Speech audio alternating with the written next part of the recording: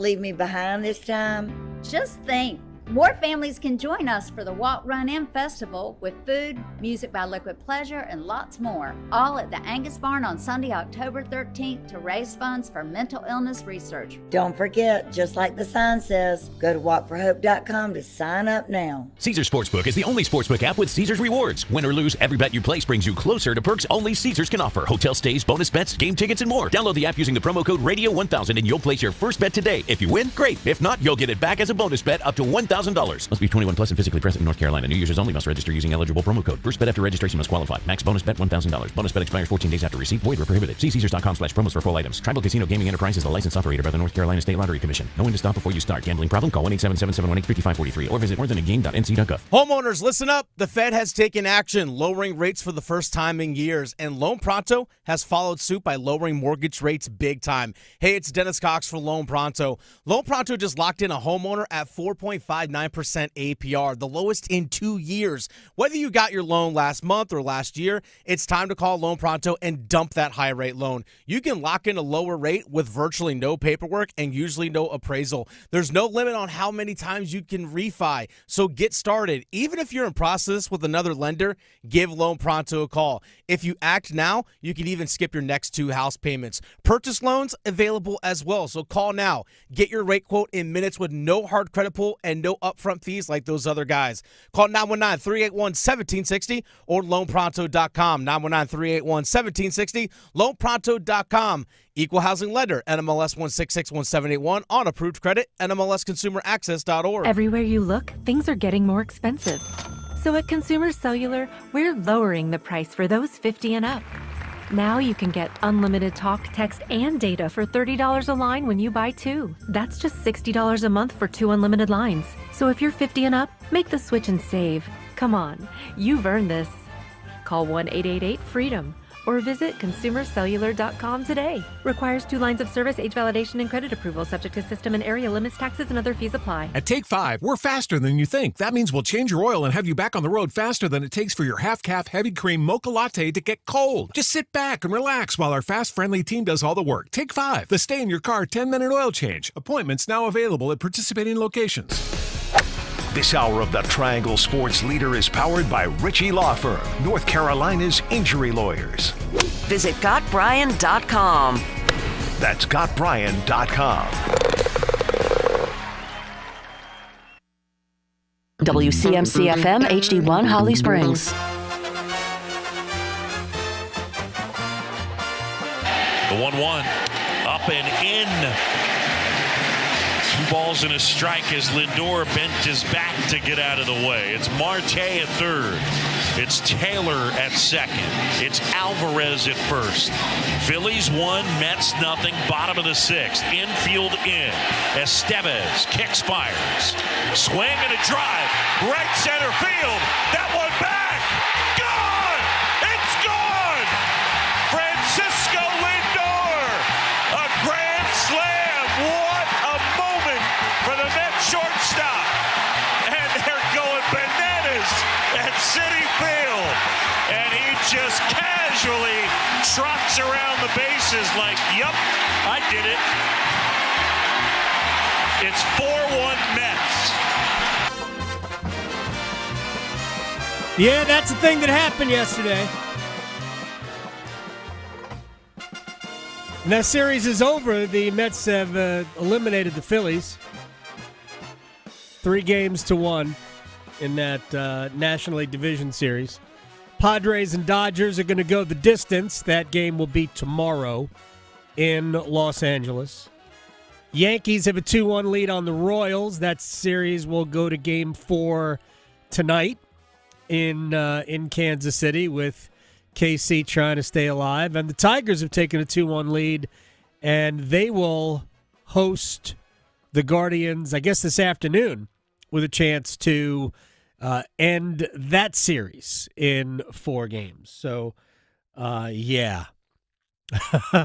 it's been fun. It really has been fun. And I thank Rusty for indulging me with this is a 4 hour open streak of Met highlights. All day yesterday, I'm Curious to see if it'll be all day today. I mean, he didn't tell me that they were all Mets highlights today, but, I mean, we certainly could have the Edwin Diaz strikeout of Kyle Schwarber. I know, and I do love Schwarber, but I loved him as a Cubby. I'm a big fan of Kyle Schwarber, too, actually. I think he's a wonderful player. Do you? I do. Very nice. Oh, I hope it didn't hurt. No. It was very light. He struck out to end the series yesterday on a pitch that, for his own mental health, I would not watch over the winter, rather. Yeah. That looked to me like Edwin Diaz wants you to hit a home run and tie this game up, Kyle. He wants you to. Mm-hmm. Those pitches looked very, very hittable. And I was actually, this may seem like name dropping. He was just on the show the other day. I was texting with Doug Glanville, and he also is concerned about Diaz because Diaz just doesn't look like he has any belief. Yet he got away with it yesterday, and people think that all mistake pitches are hit. No, they're not. And I thought last night in the ninth inning was one of those cases where not every mistake is punished. Because I thought Cody Clemens had pitches to hit and didn't. And clearly Kyle Schwarber had pitches to hit and didn't. Yeah. And Brandon Marsh just isn't a good enough hitter, I guess, to punish it. Let me just tell you how I watched it real quick, and then we'll actually start the show. Although I guess technically we're started because we're on the air. Hi everyone, it's the Adam Gold Show. I'm Adam. That's Victoria. Invite you to watch it on YouTube and participate in the program. You can get in the chat. You can like. You can share all the things that I never tell you to do that you can do and I ignore. My son has a soccer game last night, and I knew that I had a lot of things to do beforehand. I told you I was probably not going to be able to watch a lot of the game. And actually, I didn't watch any of the game live, but I was keeping up to date with what was going on. I saw the Phillies taking a lead. I guess it was in the fourth inning, a 1-0 lead. The Mets had opportunities in a few innings to score runs and didn't. And then we're at the game, and it's 1-0 in the bottom of the sixth. And I refreshed my phone, and then I saw 4-1. I saw Lindor hit the grand slam. And at that point, I'm like, oh, can we get 9 outs? I don't feel like I'm asking too much. Can we get 9 outs? So we go to the ninth inning, and this was the first time, I kid you not, the first time that I had I'm scared of the disappointment. So I had been very, very calm throughout the entire thing because, as I was explaining to friends, I'm not used to the Mets exceeding expectations. I am used to the Mets falling short of expectations. I am not used to them exceeding. Now, they have far exceeded my expectations for this season. And even though he's not here to defend himself, but at some point will be, and I will bring it up, because we will talk at some point with Mike Greenberg and Hembo about their book, right? And they will be on together. And I will call Hembo out for his passive-aggressive Philly fan crap just because the Mets have the largest payroll in the game does not mean that this team was expected to do anything this year. Yeah, have the Yankees not taught you anything? Well, but the Yankees are always expected to win. Theoretically, if you have a payroll as large as the Mets, you should be expected to win. Right. But, this is a big but. Part of their payroll is because they're paying players who don't play for them anymore. Max Scherzer, Justin Verlander, yada, yada. Okay? Now, they are paying Francisco Lindor a lot of money. But if you thought that this lineup, that this roster, that this pitching staff was designed to be in the League Championship Series at the beginning of the year, you are fundamentally not very bright, which is a line that was used about me a while back that I am just bringing out. I kid you not. Yeah, I think it was Bomani said that. He wasn't necessarily talking about me, but an opinion that I had that he thought that opinion was dumb. I was going to say we love Bo. Oh, I know. I got. Hey, if he whatever, I got no problem with it. Anyway. I brought it up. I obviously don't have a problem with it. So this team, this season for the Mets was designed to just be a transition year because they have a lot of good young prospects, to get them ready to play. One of them is Mark Vientos, the third baseman, who's had a great postseason, had a great season. But all of the pitchers, they were all brought in with the design on trading them at the deadline. Pete Alonso was supposed to be traded at the deadline. I still don't think they're going to offer him a contract or sign him to the contract that he wants over the offseason because he is a free agent. All of this. We don't have to get into the weeds here, but this team was designed to break up for parts at the trade deadline and bring in more assets and completely rebuild around some very good young pieces. So I'm not saying they were going to be bad, but they were always going to be a transition team this year with designs on competing next year. And also going out into the free agent market and getting Juan Soto. But somewhere in June, Grimace threw out the first pitch, and I'm not saying this is the reason, but that is the line of demarcation. They started playing well after that happened. So it's been kind of goofy, whatever. It has nothing to do with Grimace. It has nothing to do with anything. Actually, I think it has something to do with the catcher being healthy and being healthy the rest of the season. Francisco Alvarez is a star. But they were the best team in baseball from the beginning of June on. In terms of record, do I think they're the best team in baseball? I don't think so. They're playing good ball. What do we know about baseball? Anybody can beat anybody. Yep, you're good when you're hot. Right. You never know when it hits. And I've said this is about any sport. When you are a confident team, when you feel like you are playing well enough and doing things the right way, you're better than your parts. The sum is better than the parts. And in this particular team right now, the sum is better than the parts. If you think the Mets are like expected to win now, you're crazy, because I will point out that the player who was batting fifth in their everyday lineup was not in the major leagues last year or at the beginning of this year. Jose Iglesias is a longtime light-hitting middle infielder who is now hitting fifth for the Mets. It doesn't make any sense. That is what that is essentially what they are. They are a team that kind of defies logic at this point. But as long as you play well and you believe that you will win, you've got a chance in any sport. It doesn't make a difference, the sport. So that elevates their anyway. It's been. I'm just not used to it. So I have to finish the story very quickly. So I was nervous for the first time in the ninth inning, and I wanted to watch. My wife said, "Well, don't. You haven't watched the whole game. You'll jinx it." Mm-hmm. I don't believe in jinxes. Right. So you continued to watch. No.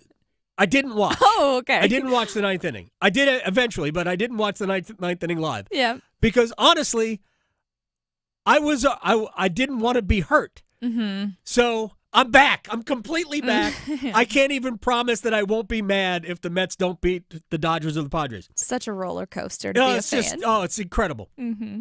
It actually is the best part of fandom. Yeah. And for people who don't believe in it, like, you're missing out on why sports is so good. Yeah.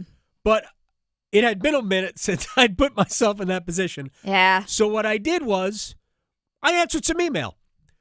Oh, well, that's a good way to distract you. I answered some email, and I went back and checked, and wait a second, why are there two men on and there's nobody out? Oh man, I'm so mad already. Uh-huh. I went back and answered another couple of email, and then I got a text. NLCS. Mm-hmm. I felt better. Yes, that helps. And then I went back and watched. Right. Now it's safe. Now I watched the top of the ninth. So, fun inning. Edwin Diaz was terrible and still didn't give up a run, and that's it. And that's my story. Yeah. Thank you for indulging. The best and the worst to have your team in these positions. See, I don't understand why, because the feeling is it's powerful. Forget about being good or bad, right?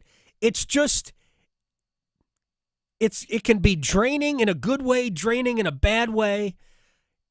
It can make you angry, but there's just no replacement for if you are truly invested emotionally in a team or a player or whatever. That's why sports is undefeated on television. People love, it's the best reality TV we've got. And I feel it's very nice. They haven't accomplished, they've accomplished a lot, but at the same time, they haven't accomplished anything yet. You don't get a trophy for getting to the league championship series. And Francisco Lindor said that last night. We got a lot more work to do. But his goal is to never buy, he said his goal is to never buy a meal again in New York. Oh, well, that's one way to do it. And those are expensive meals. And there's somebody said, oh, he doesn't make enough money. I'm like, you missed the point, but that's fine. You missed the point, but that's fine. All right, let's play.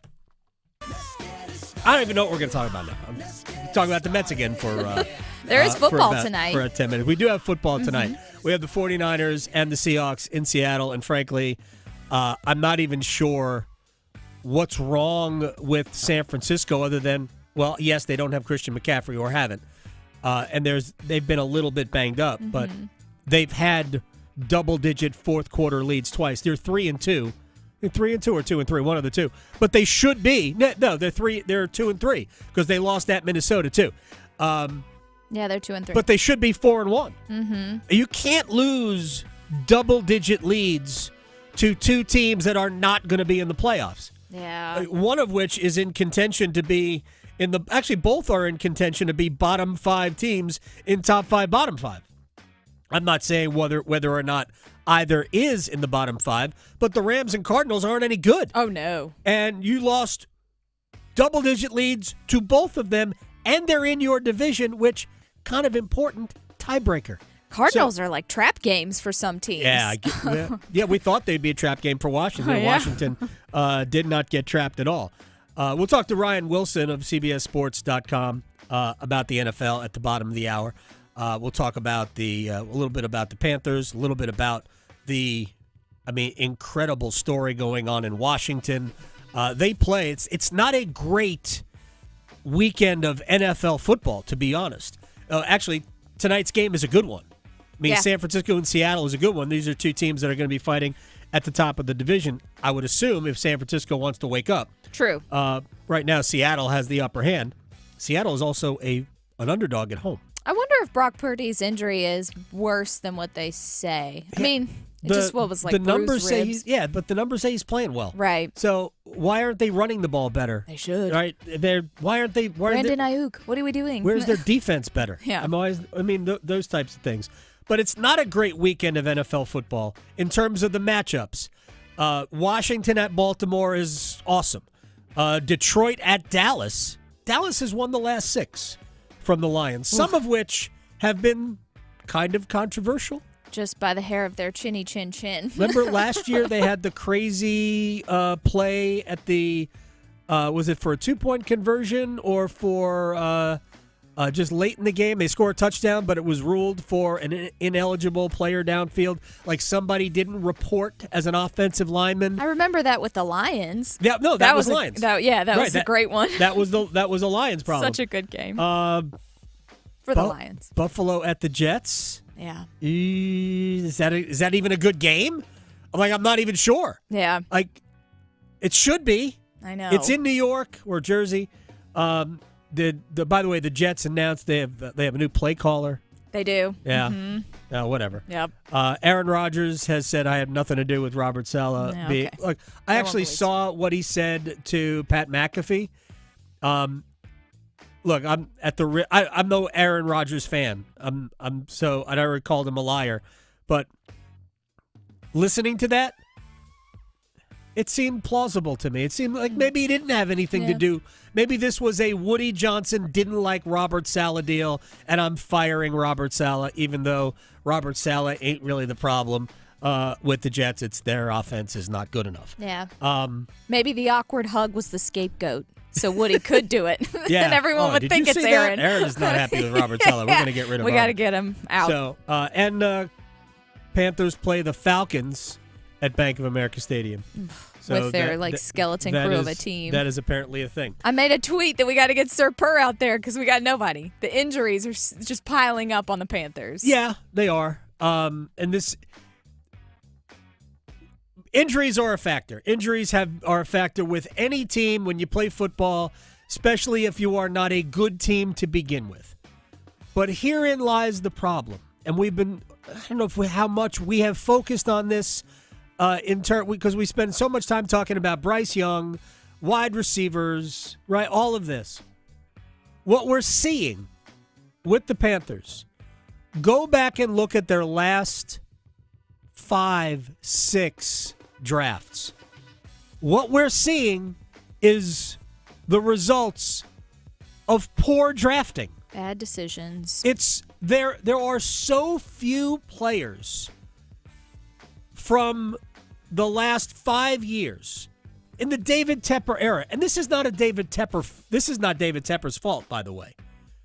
But there are so few players that they drafted since Tepper became the owner that are impacting this roster. So this is year 6, right? Mm-hmm. Year 6? I don't know. Year 6. I think it's year 6. It is. So at this point, your roster should be your 22 should be mostly, I'm not saying 90%, but mostly made up of players that you drafted. Should be. And it isn't. Mm-mm. It is just not. 2 players in the offensive line, one of which I'm not sure is any good, Ike Ekwonu. Taylor Moton. Moton's hurt, right?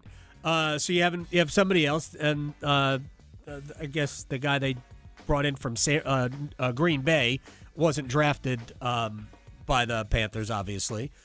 Your running back, Chuba Hubbard, was. Mm-hmm. Nobody else, right? Your quarterback right now is Andy Dalton. He was a free agent. Your wide receivers, who are the wide receivers that came from your draft?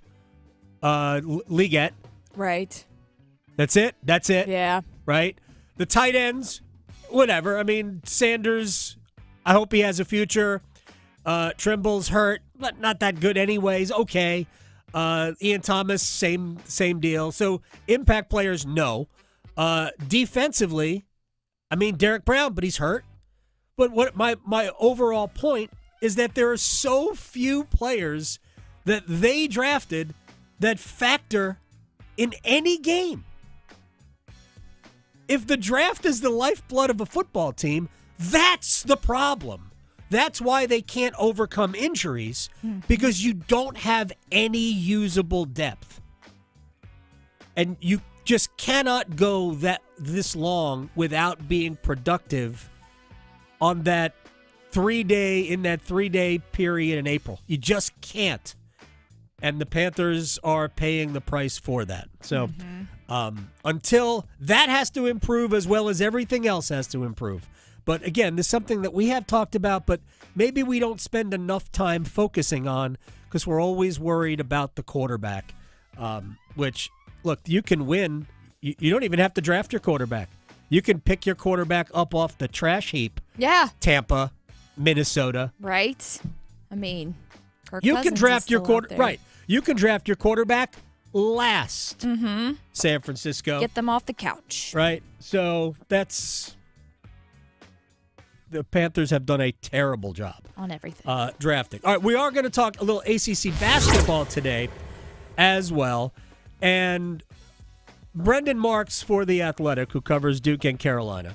We'll talk a little bit, obviously, about the Blue Devils and the Tar Heels and NC State, too, because he's aware of what's going on with the Wolfpack. I saw where Kevin Keats said they put respect back on our name. Yeah, you went to a Final Four. Yeah. You won an ACC championship. It comes with it. Mm-hmm. Now, I would have to say, you don't have to do that again, but you have to back up the season that you just had by putting another good season together. Because this is going to sound weird. Anybody can win once. Anybody can win once. Can you do it again? And I'm not talking about winning a title, whether it's a conference title or a national title. I am simply saying being title worthy, being good enough to compete for it. Anybody can do it once. Let's see you do it again. Mm-hmm. And I'm not going to say that they can't or will, but that is the charge. Not feeling like we have arrived. There is still a lot of work to do. You have to be able to go at basically and validate what you just did. We're going to see R.J. Davis play for a fifth year at UNC. It's rare. Clemson has a guy who is playing his sixth year at the same school. We see a lot of six-year players. You don't see a lot of six-year players in the same place. Yeah. Robbie Hummel of Purdue played 6 years. Actually, I think legit played 6 years at Purdue. All right. But one of the things that Brendan Marks wrote about was Jim Phillips and the ACC, and they talk about perception. Phillips was on his soapbox saying our league has been undervalued for basketball, and he wasn't talking in the TV sense. He was talking about the national prominence sense, and it's amazing to me that a conference with the history of the Atlantic Coast Conference would have a problem convincing people outside of our little region that the ACC plays great basketball. And it has never been enough, apparently, over the last 4 years that we've had a different team make the Final Four. That wasn't necessarily Duke and Carolina, although they did it in the same year, right? We've had a Miami make the Final Four. We had an NC State make the Final Four. We don't have to go back that far to see Virginia win a national championship. So we have somehow allowed success to not matter in this league, whereas in other leagues, the success always matters, and I can't figure that out other than there have not been enough people essentially using a megaphone to scream, how are we doing this? It has sort of been popular by people to say, well, it's just not that good a league. So I was looking at Joe Lunardi, and by the way, the ACC, in my opinion, made a complete, utter misstep by inviting Joe Lunardi to Amelia Island in May to go down and say, this is what you need to do. Wait a second. Lunardi's system is flawed, so why would you invite him in? Because he, he likes to tweet about things that definitely get attention. Just because he sits in a bunker, right, during the essentially, February or early March regular season basketball games and says, well, they're on the bubble. They're last team in. None of that is true. None of it is true. It doesn't happen in real time like that. So why would you validate that by inviting him in? I think what the ACC should do is schedule down, not up. Because this is what the Big 12 did last year, and I'm not going to spend more than 30 seconds on this. They scheduled badly. They built up good power numbers because they scheduled down and won all the games. The most important thing is always going to be win-loss record. And then when they played each other, they were always playing good games. And so those good games just amplified each other, and boom, poof. That doesn't mean they didn't have good teams. They had very good teams. But the difference between their good teams and ACC good teams was nothing. But they all had good power ratings. Anyway, that's just my opinion. And we'll talk to Ryan Wilson of CBSSports.com when we come back. Was this random enough for you? I spent 13 minutes talking about the Mets. Ryan Wilson on the NFL next. Serving it up hot and fresh every day. Adam Gold on the North Carolina Sports Network. Football is on the menu tonight. Showtime, prime time. And we're delivering some fresh NFC action. Here we go. Woo! It's San Francisco and Seattle. Pre-game starts at 7:30. Kickoff at 8:15. Y'all know what time it is, huh? The NFL on 99.9 The Fan is brought to you by Wake Med. Hey, together, baby, we just do this one play at a time. 99.9 The Fan, the Triangle Sports Leader. We came here for one thing, to win. Hey, it's Adam Gold from my friend Gordon Miller, Miller Lending, Kildare Farm Road in Cary. And Gordon has informed me that the rates have actually gone back up by a tick, like a quarter of a point, whatever it is. You do realize that they dropped a point between May and September. See what happens? The rates go down, then the rates go back up, then the rates will come back down again. That's what happens in mortgages, just like the stock market. Miller Lending, home of the original no closing cost mortgage, the place to go to beat the system. Don't ever pay closing cost, because as soon as you pay closing costs, the rates drop, and then you have FOMO, fear of mortgage overpay. Miller Lending has taken care of that by not having you pay closing costs. Miller Lending on Kildare Farm Road in Cary since 1996. Miller Lending is an equal housing lender, NMLS ID 250-2146. Connection, opportunity, possibility. It's what we all want. Spectrum has built a world where anything is possible, with products and services designed to work better together for a seamless connectivity experience. A connection to family and friends, a connection to education, and a connection to new opportunities. So there's no limit to how big we can dream. That's Life Unlimited. That's Spectrum. With all these new winners at the North Carolina Education Lottery Winners Club, we need to decide who's in charge. We need a top prize winner. We need someone who's good with words, like us crossword winners. If elected leader, I will extend the hours during which all winners can use the diamond-encrusted hot tub. Yes! New scratch-offs mean new winners. This month's tickets are packed with $370 million in total prizes. The Winners Club awaits. Must be 18 to play. Approximate overall odds of winning range from 1 in 3.04 to 4.31. Problem gambling helpline 877-718-5543. It's bow time. It's not just football season. It's tailgate season. And that includes every kind of football, whether it's got goalkeepers or goalposts. The kick is good! Because it doesn't matter where or how you tailgate. When you've got crispy chicken and fluffy buttermilk biscuits from Bojangles, your tailgate is better than great. It's legendary. Head to Bojangles and order your tailgate box with boldly seasoned chicken, fixins, biscuits, and legendary iced tea today. It's bow time. Planning a tailgate? Then it's bow time. Bojangles has everything you need for the perfect tailgate, no matter how many fans you're trying to feed. There's the original tailgate, the super tailgate, and for a really big crowd, the jumbo tailgate special. And if you like your chicken off the bone, choose the Supreme's tailgate special that includes 12 perfectly seasoned tenderloin fillets. So grab the tickets, get that Bojangles tailgate special, and go. It's bow time. At the UPS Store, we know being a small business owner means holiday time is still go time. Still get those orders shipped time. And still re-up on stamps and supplies time. That's why this upcoming holiday, while others close up shop, we'll be open. And happy to help you keep being unstoppable. Come into your local store today. Most locations are independently owned. Product services, pricing, and hours of operation may vary. See Center for details. The UPS Store. Be unstoppable. This is Adam Gold. Frankly, I'm not sure that there is a sport that we could theoretically even put in the Olympics that isn't. I said bowling. Yeah, maybe. I wouldn't be surprised. Croquet?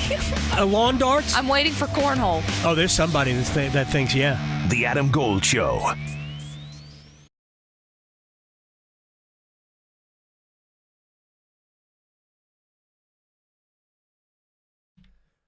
It's the Adam Gold Show. I am Adam Gold. Victoria is here. We are one day away from the start of the Carolina Hurricane season. That would be the successful professional franchise in the state of North Carolina. Well, major league franchise in the state of North Carolina. Actually, there is one in Charlotte in Major League Soccer, as Charlotte FC has made the playoffs. And we're just trying to figure out like when their home match is going to be and who they're going to play and all of that. But in Bank of America Stadium, the other tenant, maybe one would say the primary tenant, has not been all that successful. Ryan Wilson, CBSSports.com. joins us on the Adam Gold Show. With the First Pick podcast is also great. Let me start. I guess it's with quarterback, but it's really with the draft in general. And the Panthers draft, because I was talking about this a few minutes ago. They're beset by injuries, but there's nothing like behind the frontline players that seems to be capable of, being NFL regulars. They have not drafted well. They're, other than, I guess I should say other than the first round picks, but even those haven't been great. They just haven't drafted well. What do you make of that? I'm laughing because I was a big supporter of Bryce Young, but I've learned my lesson on small quarterbacks, and that's one you can't miss on. But to your larger point, Adam, you got to hit on the guys that you draft after the first round because you need that depth. If you don't have that depth, you're going to be in trouble when those frontline starters go down. I think Derek Brown's a great pick. Obviously, he's banged up. You draft guys like Jonathan Brooks, who has the ACL. I think he's has a chance to be a really good player, but you're bringing someone in who can't contribute right away. If we look at last year's class, Bryce aside, I had some concerns about Jonathan Mingo just coming out of that Ole Miss offense, and he was slow last year above the neck, and I think things were just moving so fast for him. I've seen a little bit of improvement this year in terms of taking that next step, but Ike Ekwonu, loved him coming out. That hasn't worked out. You wonder if his future's going to have to be inside or maybe even somewhere else. That same year, the next pick was Matt Corral. Again, down the list we go. J.C. Horn hasn't been able to stay healthy. Terrace Marshall never really worked out. So, I could keep going down the list, and I think we'll have the same conversation outside of Derek Brown, who I just mentioned. And that's a huge problem, not just for the Carolina Panthers, but for teams that are trying to get better, and they feel like they're stuck on the hamster wheel where you see teams. And by the way, it can happen quickly. Look at the Houston Texans. They hired the right coach, and they got the right quarterback. And it feels like the same thing is happening in Washington now. Got the GM in there, got the new coach and the new OC and Cliff Kingsbury, and then you got your quarterback. So Dave Canales, is he the coach? I think he has a chance to be, because he has certainly had success in previous stops, especially developing these quarterbacks. Right. And Dan Morgan, could he be the GM? I think he has a chance to be. And then the obvious answer, the elephant in the room, you got to get the quarterback. And they're going to have a chance to pick pretty high, it looks like. The problem, of course, is that everything's going to be compared to CJ versus Bryce. And this draft class coming up, not to look too far ahead, Adam, there are no CJ Strouds, there are no Caleb Williams, and no Jayden Daniels. So that's the concern. Yeah, so I look, as a former Jets fan, I got into arguments with Jets fans back in the day that just let Geno Smith be the quarterback, build the rest of your team, and then if Geno Smith isn't the quarterback, go out and find the quarterback then. Build your team first.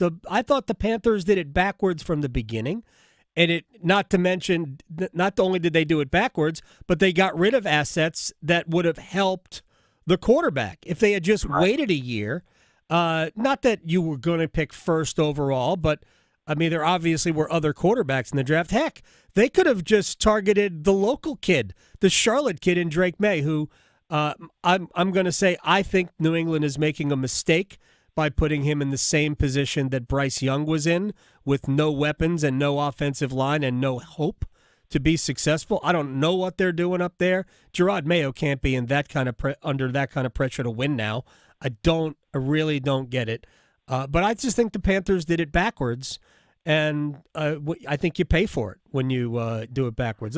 Do you think the Patriots are making a mistake by putting Drake May out there now? Yeah, I haven't talked to anyone who disagrees with me. I'd heard a couple of weeks ago that the Patriots were leaning in that direction, and my response was, why? Right. What's the upside? And you sort of painted a picture of what it's going to look like in terms of what Bryce Young had to endure, and some of that's on Bryce. And, Drake's only 21. I keep coming back to that. I said that during the draft process. I said that watching him last fall when he, wasn't playing at such a high level compared to Jayden or even Caleb Williams at times. I said, well, he's young. He's going to grow into it. The offense is a little different in Carolina. He's only been there 2 years in terms of the starter because of Sam Howell, so on and so forth. And you can make a pretty easy argument that this offensive line in New England is worse than the one he had in Chapel Hill. They drafted Caden Wallace out of Penn State, who's a right tackle at Penn State. They tried to make him a left tackle. That went about how you might expect. He suffered some injuries. I think he has a chance to be good. They have some veterans in there who struggled at left tackle, and it's just a turnstile Jacoby Brissett can attest to as much, and they have no one that can get open down the field. Right. They have guys a little more dynamic than last year's Panthers roster wide receiver. Pop Douglas is a good slot receiver. Jalen Polk's a rookie who maybe has a chance. But to your larger point, what's going to happen in 6, 7, 8, 9 weeks is that I would imagine, hopefully not, but imagine people like you and I can say, what do you think was going to happen? Because you're setting this young man up to fail. Maybe he exceeds expectations, fingers crossed, but it doesn't look good. So let me just get back to Bryce Young real quick, and then we'll move on to Jayden Daniels and the matchup in Baltimore this week, which is going to be super fun to watch. Do you think, because I go back to this, when we went Sunday after Game 2, it was a disaster. Dave Canales says Bryce Young is the quarterback. Monday, he's not the quarterback, and there are zero comments from the head coach about Bryce needs a reset. So it was obvious then that in their minds, Bryce Young was done. Whether it was David Tepper saying that or Dave Canales and company coming to that realization. Do you believe he is done, can't play in the NFL, or just done with Carolina? Done with Carolina, I think. And I said this pretty early on, and I talked to Rick Spielman about it, my co-host with the First Pick podcast about this, and he's been a Bryce guy longer than me. When Tua went down and was on IR and it's uncertain when he'll come back, I said I would trade a 4th-round pick if I'm Chris Greer, the Dolphins GM, for Bryce right now, and just have him on that roster, have him in a situation where he has a chance to have success and he can do it in a stress-free environment. Because for all the things that Bryce didn't do well, and there's a list of them, you pointed out just a moment ago that he was set up to fail. And when you trade all those assets, the pressure on that young man, fair or not, is there. And then you compound it with the way he played week in and week out. And the week before he got benched, that was the worst game I think he's probably played in his life. It was. So I think if he ends up somewhere like in Miami, where the game is to get the ball out quickly to guys who run 4.2s, that simplifies things for you. And we know about the Rams and the 49ers, how they get the most out of their quarterbacks. Yep. Those sort of systems, even the Saints have done a lot this year with Clint Kubiak, who's a Shanahan disciple. When you have means to set your quarterback up for success, that makes sense. But everything has to be perfect for Bryce because, as we now come to understand, me especially, 5'10", 175 in the NFL level, you have to be perfect every single time if you're trying to compete with Josh Allen and Patrick Mahomes and those types of quarterbacks. Ryan Wilson, CBSSports.com, is joining us here. Ryan Wilson, CBS on Twitter.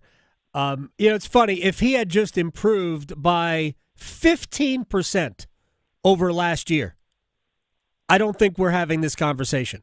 I really don't, because he wasn't good last year, but he had some really good moments. Mm-hmm. He has been horrendous. He was horrendous in weeks 1 and 2. And the funny part for me was that when they brought him in for that one drive, and I thought that was telling as well when Dave Canales said, we had some injuries on the offensive line and we wanted to protect Andy. And I thought, wait a second, you're using the first overall pick a year ago as a meat shield. That's great. But even on the first play, which was a great throw to Miles Sanders, he didn't have to escape the pocket. I think they ruined him last year with the fact that they could not protect him. He does need a reset. He needs somewhere else. I hope the Panthers are willing to bite the bullet and just let him go somewhere and not worry about getting value. I don't know what value there is for Bryce Young. Day 3, best case. You're not getting a day 2 pick for him for sure. And to your larger point, again, that takes us back to Drake May. What's the upside? Right. Does the upside outweigh the downside of putting him out there? And Sam Darnold, one of the best quarterbacks in the league this year, because he's in a great situation, by the way. He admitted to seeing ghosts several years ago when he was playing in New York because he was getting his brains beaten in. And that's the fear with these young quarterbacks. And I think the footwork issue was the biggest thing Bryce needed to work on in the offseason, and it got worse. And you just talked about an example of that even in mop-up duty when they were treating him like Jacoby Brissett out there. They go take a beating so Andy Dalton didn't have to. So, I think somewhere else is his future, where is going to be important in terms of how successful he can be, and I don't think the Panthers should expect much in return if they do, in fact, trade him. All right, so explain Jayden Daniels and the Washington experience right now, which has been fun.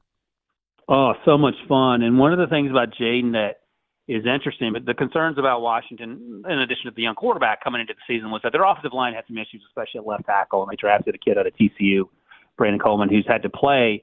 Jayden masks a lot of issues along the offensive line, and very few quarterbacks, especially young quarterbacks, can do that. Caleb's actually struggled a little bit in Chicago because he holds the ball too long. What Jayden is doing and Cliff Kingsbury gets some credit for this, the ball comes out on time. They use the quick game. They use the short passing game. And then that sets up things he can do with his legs. He's not taking big hits when he is in the open field, which is the knock on RG3 when he was sort of doing these things over a decade ago. And his deep ball has been on point. It's been so much fun to watch. He does not look hurried. And to your larger point about Bryce not improving, each and every week Jayden gets better. Each and every week they put more on his plate offensively, and he's been able to handle it. And it sort of mirrors what we saw last year in the development of C.J. Stroud, who struggled his first few weeks, and Jayden was actually better in week 1 and 2. And now he is a legit weapon, and you talk about the matchup with the Ravens. I think he's faster than Lamar is at this point in Lamar's career. Lamar slowed down his steps. He probably only runs a 4.45. Jayden can move. And in the open field, he takes 3rd and 5 and rips off 40-yard gains. And I'll tell you something that I keep coming back to. When I was at the LSU Pro Day last spring, I was talking to a scout before Jayden threw, and he said the thing that Jayden does that very few quarterbacks can do, he can demoralize the defense with his legs. And we're seeing that each and every week. And I keep thinking about that because even at the NFL level, he is oftentimes the best athlete on the field. He has been amazing. I got a couple of more quick things for Ryan Wilson, CBSSports.com, with the First Pick podcast he does with Rick Spielman. So I want to get to the Monday night game first real quick because I'm worried that Josh Allen has no weapons. The fact that they didn't have proven wide receivers going into the season is going to ultimately be a problem for the Bills. And the other side of that is the opponents who, I mean, it is the Jets. Everybody should have expected this, but people are still expressing like bewilderment that it has unraveled when you are the Jets. I think unraveled should be the assumption. How to avoid it would be the surprise. So let's start with the Bills. And I keep coming back to this, Adam. On draft night, I was sort of flipping out about it, and Spielman told me to calm down. But when the Bills traded out the first round, allowed the Chiefs to trade up and get Xavier Worthy, I was like, that seems crazy to me because the last thing the Chiefs need is a 4-2 wide receiver who can stretch the field. And that's sort of exactly what the Bills need. Now, Xavier Worthy's undersized. They moved on for Stephon Diggs. They had faith in Khalil Shakir, and they ended up drafting Keon Coleman out of Florida State. But Keon Coleman is a possession receiver at this point, maybe has a chance to improve. He's pretty young as well, just turned 21, I believe. Right. But he is not creating separation consistently. And you didn't see that at Florida State last year. You saw a little bit more at Michigan State when he was there. But if Khalil Shakir is down, and he was down last week, and Curtis Samuel is nowhere to be seen, the thought, at least coming into training camp, was that they could lean on James Cook, the running back, as a receiving option. And there are 2 tight ends, starting with Dalton Kincaid. He's a former first-round pick in the special. Mm-hmm. It just hasn't worked out. And when these wide receivers aren't getting open, that exacerbates things for Josh Allen, who's one of the best in the game, but he clearly ran out of options last week against a really good Texans team. So that's a concern there. And I just wonder if someone like Worthy was there to take the top off, if that would simplify things. The simple math is that it would, but clearly the Bills thought otherwise. And the other thing with the Jets, I'll just say this. Maybe Aaron Rodgers is the problem. I mean, everywhere he's been, he got Mike McCarthy fired. He didn't want to do what Matt LaFleur wanted him to do. And yet, once they started doing those things, he won 2 MVPs. And then he got angry when they drafted Jordan Love. Turns out Jordan Love's a good quarterback. Yeah. And now at 40, almost 41, he looks like a 40, almost 41-year-old playing quarterback. He's been okay. He hasn't been great. Right. Garrett Wilson's still frustrated. They can't use Breece Hall properly, which makes my head hurt. And the defense is really good, which, oh, by the way, that's what Robert Saleh was in charge of. Yeah. And, again, it's the Jets. They were better when Woody Johnson was still the ambassador to Ireland, and his brother, Christopher Johnson, was running the team. They were much better. Woody Johnson should find an ambassadorship and go take it, and then the Jets might end up being, well, no, it's still the Jets. Ryan Wilson, CBS on Twitter. I thank you so much, my friend. I'll talk to you soon. Good talking to you, Adam. You got it. Ryan Wilson here on the Adam Gold Show. One-timers, when we come back, we will get to whatever Victoria wants to ask me, because that's what the segment is for. Next. Going beyond the box scores. Adam Gold on the North Carolina Sports Network. Adam Gold here from my friends at FanDuel, America's #1 sports book. Thursday night football means extra fun for you. Why? FanDuel Squares. Squares? Wait, that's right. It's the old Super Bowl game you play every year and you never win, because this is better. You're going to have a better chance to win. Your numbers aren't randomly assigned. You get to pick them yourself. You can pick as many as you like. and you get to see the odds beforehand, and you can bet them live during the game. What are you waiting for? FanDuel.com/AGS. Bet on squares. Plus, if you're new to FanDuel, you can get $300 in bonus bets if you win your first $5 wager. 21 and over and present in North Carolina. First online real money wager only. $5 first deposit required. Bonuses issued as non-withdrawable bonus bets, which expire 7 days after receipt. Restrictions apply. See terms at sportsbook.fanduel.com. Gambling problem? Call 877-718-5543 or visit morethanagame.nc.gov. NC Medicaid is for people just like me. Adults who don't have children. People who serve. People who do the heavy lifting. Childcare teachers. Full healthcare coverage at low or no cost. Doctor's visits, emergency rooms, and prescriptions. So if you applied before and didn't get it, apply again. NC Medicaid covers more people than ever before. Get full healthcare coverage at low cost, no monthly fees, and $4 max copays. NC Medicaid is for more people. See if you qualify at medicaid.nc.gov. NASCAR's Wild Card Weekend. It's a blur, just how it's supposed to be. Wide open weekend, Wild Card Race. The ultimate NASCAR experience. Camping, concerts, tailgating, and an edge-of-your-seat thrill ride in NASCAR's playoffs. Think your driver's making the cut? Good luck. The Bank of America Roval 400, October 12th and 13th. It's a wide-open weekend and a wild card race. Get your tickets today at charlottemotorspeedway.com. The 2024 elections are just around the corner, and older voters are the nation's most active. The AARP North Carolina Voters Guide has information about upcoming election dates, registration deadlines, and voting options in North Carolina, such as voting by mail, early voting, or voting with a disability. Find the guide in the voters section at aarp.org/NC and listen each week to AARP Without Limits for important election news and much more. You can find the latest episodes of AARP Without Limits wherever you listen to your podcasts. Hello there, it's me, your internal clock. Yes, the one you sleep through on weekends. You've probably heard my TikToks, but I'm straight up sounding the bell now. It's almost time to start applying for college. That means you got transcripts to gather, letters of rec to request, and campus tours to schedule. But hey, we've got time, and we've got CFNC. CFNC.org can help us plan, apply, and pay for college. We got this, trust me. Just visit CFNC.org to help us stay on time. If you need health coverage due to a life change, healthcare.gov is here for you. Like it was there for Terrence and Jody when they got married, and Sophia when she had a baby, and Gary when he moved and needed new insurance. There are many other ways to qualify. Visit healthcare.gov today to see if you're eligible to enroll. Limited time to enroll. Paid for by the U.S. Department of Health and Human Services. When severe weather happens in the fall, it can cause power outages. Alternative Power, your North Carolina Generac service provider, reminds you to be ready. Trim branches from trees near your home. Secure loose outdoor items. Be prepared with food, water, flashlights, batteries, medications on hand, and a plan for your pets. Alternative Power guards homes against extended power outages with the Generac Home Standby Generator. Alternative Power, North Carolina's Generac experts. See more at alternativepower.com. This is Adam Gold. I had no idea John is a Cubs fan, too. Yeah, I think that's a prerequisite to being the head coach at Duke. I made one comment about the Cubs to Mike Krzyzewski. Goes back a while ago. Talked about the pitching staff, and he goes, yeah, but I don't trust Victor Zambrano. Like, what? The Adam Gold Show.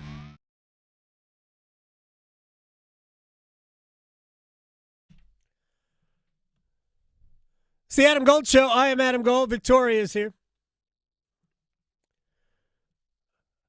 We have a lot to do. By the way, the Tampa Bay Lightning came to town yesterday, as you might expect, ahead of the storm.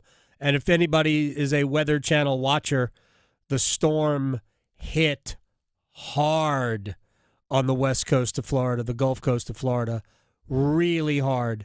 I heard 17 inches of rain fell in like an hour and a half in St. Petersburg, which is on the it's on the outer peninsula of the Bay of Tampa Bay.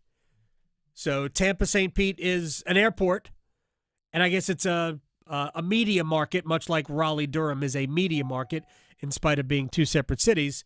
But St. Petersburg is almost like the guard, the outpost for Tampa, and St. Pete got slammed. You saw the roof of Tropicana Field, where the Rays play, was torn off.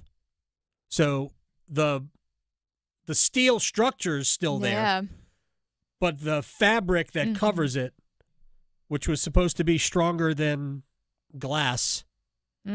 Well, I guess glass breaks. And it was supposed to be housing first responders, too. It was. They were using it as a staging site. Yeah. They had 10,000 cots, apparently, or however many cots there were on the field. Yeah. A complete, just the devastation down. Like, we know what we saw in the western part of the state in the mountains, from northwestern Georgia through South Carolina into Tennessee, North Carolina, and southern Virginia. But, yeah, similar in terms of that. It's crazy. All right, let's get to one-timers.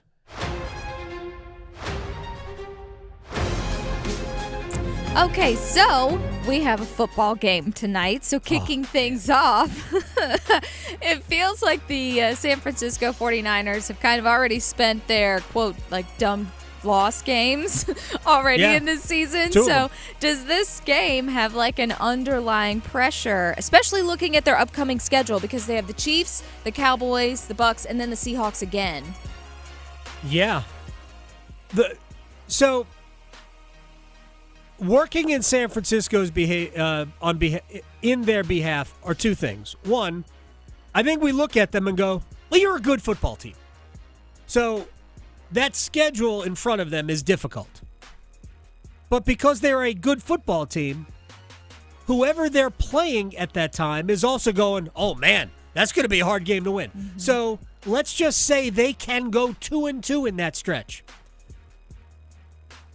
If you don't beat Seattle, your 2-2 in that stretch still leaves you 4-6 with 7 games to play.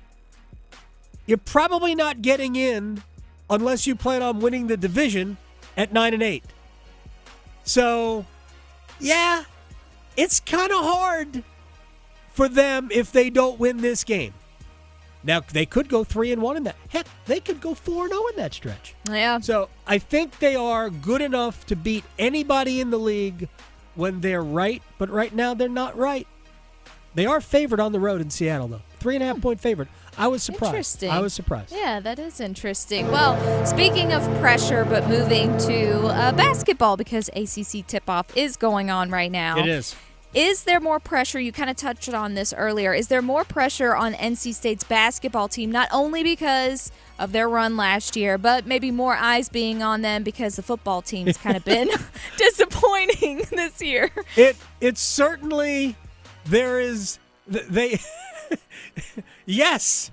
I don't know how to, there isn't. But because their fans are down because the football team has been so disappointing to them, they're looking at, it's the line from Mrs. Robinson, a nation turns its lonely eyes to you.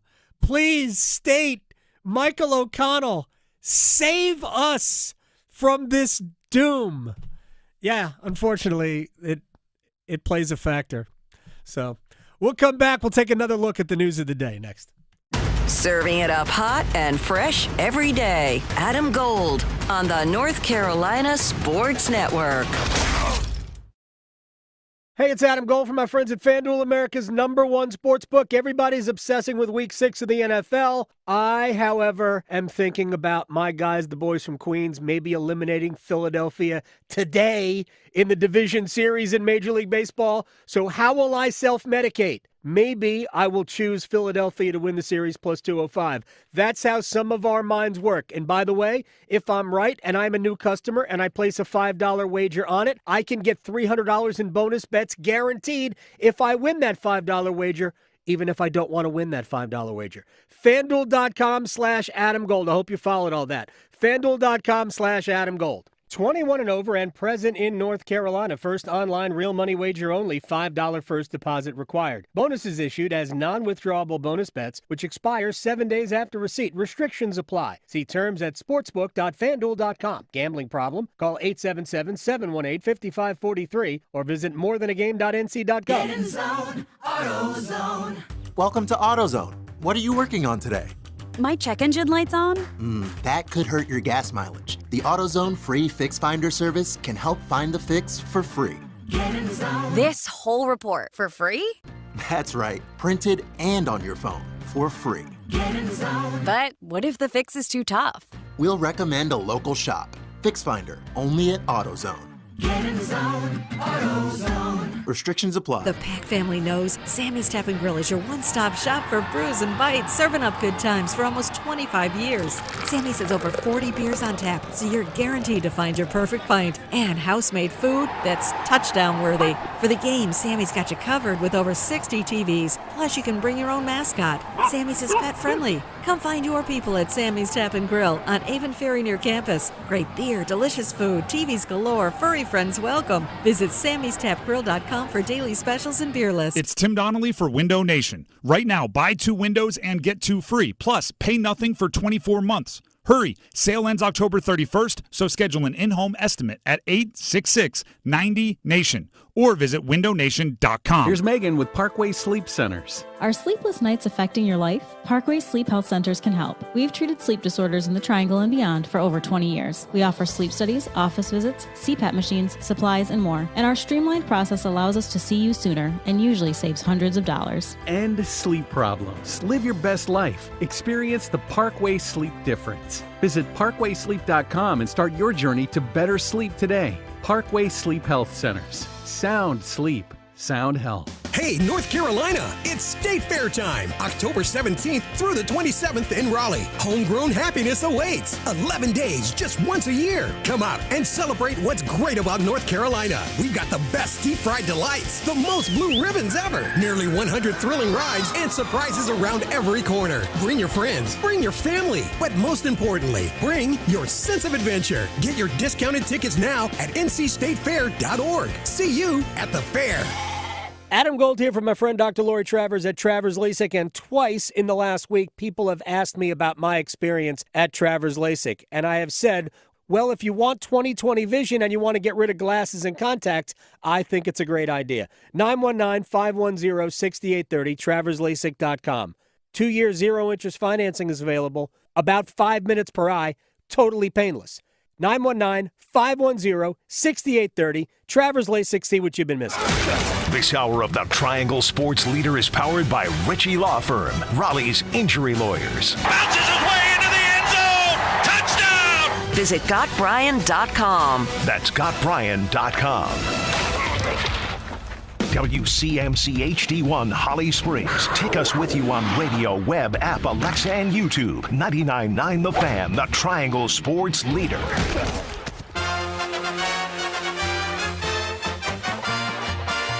Second and third, 2 down, top 9. Mets lead at 4-1.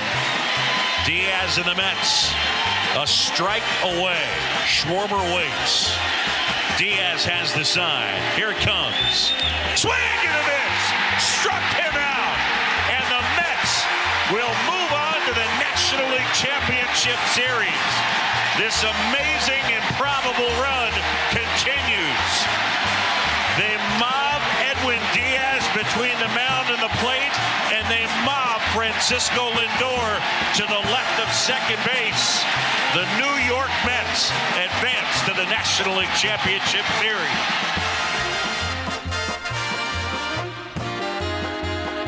Two for two today. The last 5-hour opens, thanks to Rusty, have been Mets highlights. I can tell you this. I can promise you this. Tomorrow, we will have none. The Mets do not play today. So that we'll have none. And they don't play on Friday either. And we don't have a show on Saturday, so it doesn't really matter. My guess is we'll have some hurricane stuff tomorrow. We got to get ready for the start of the hurricane season, don't you know? And Carolina will host Tampa tomorrow. I have a question. Before we get into news of the day, I have a question for the National Hockey League. Tampa, as a city, is underwater. I don't know if there has been damage to Amalie Arena or not. But as a city, as a region, the west coast of Central Florida, which is where Tampa is in pretty bad shape. It stands to reason that we can't be ready to have 18,000 human beings pack an arena in the Bay Saturday evening. So what are we waiting for in terms of figuring out when that game is going to be played? So many people believe, because, again, Tampa came up here yesterday. The team came up here yesterday. I think they left early. I don't think they practiced yesterday. They're practicing at Invisalign Arena where the Hurricanes have their off-site facility. So they're practicing there. And they'll do a morning skate tomorrow at Lenovo Center if they skate in the morning. And then theoretically, they would, after the game, fly back to Tampa as the Hurricanes would fly to Tampa to play that game tomorrow night at Amalie. But nobody in their right minds feels like that's going to happen because look at your television. Look at your phone. So is that game going to be played here? Can't play it Saturday. NC State has a home football game. Could you play it Sunday? Quite possibly. Could play it Sunday. All right. When? Maybe you don't play it at all.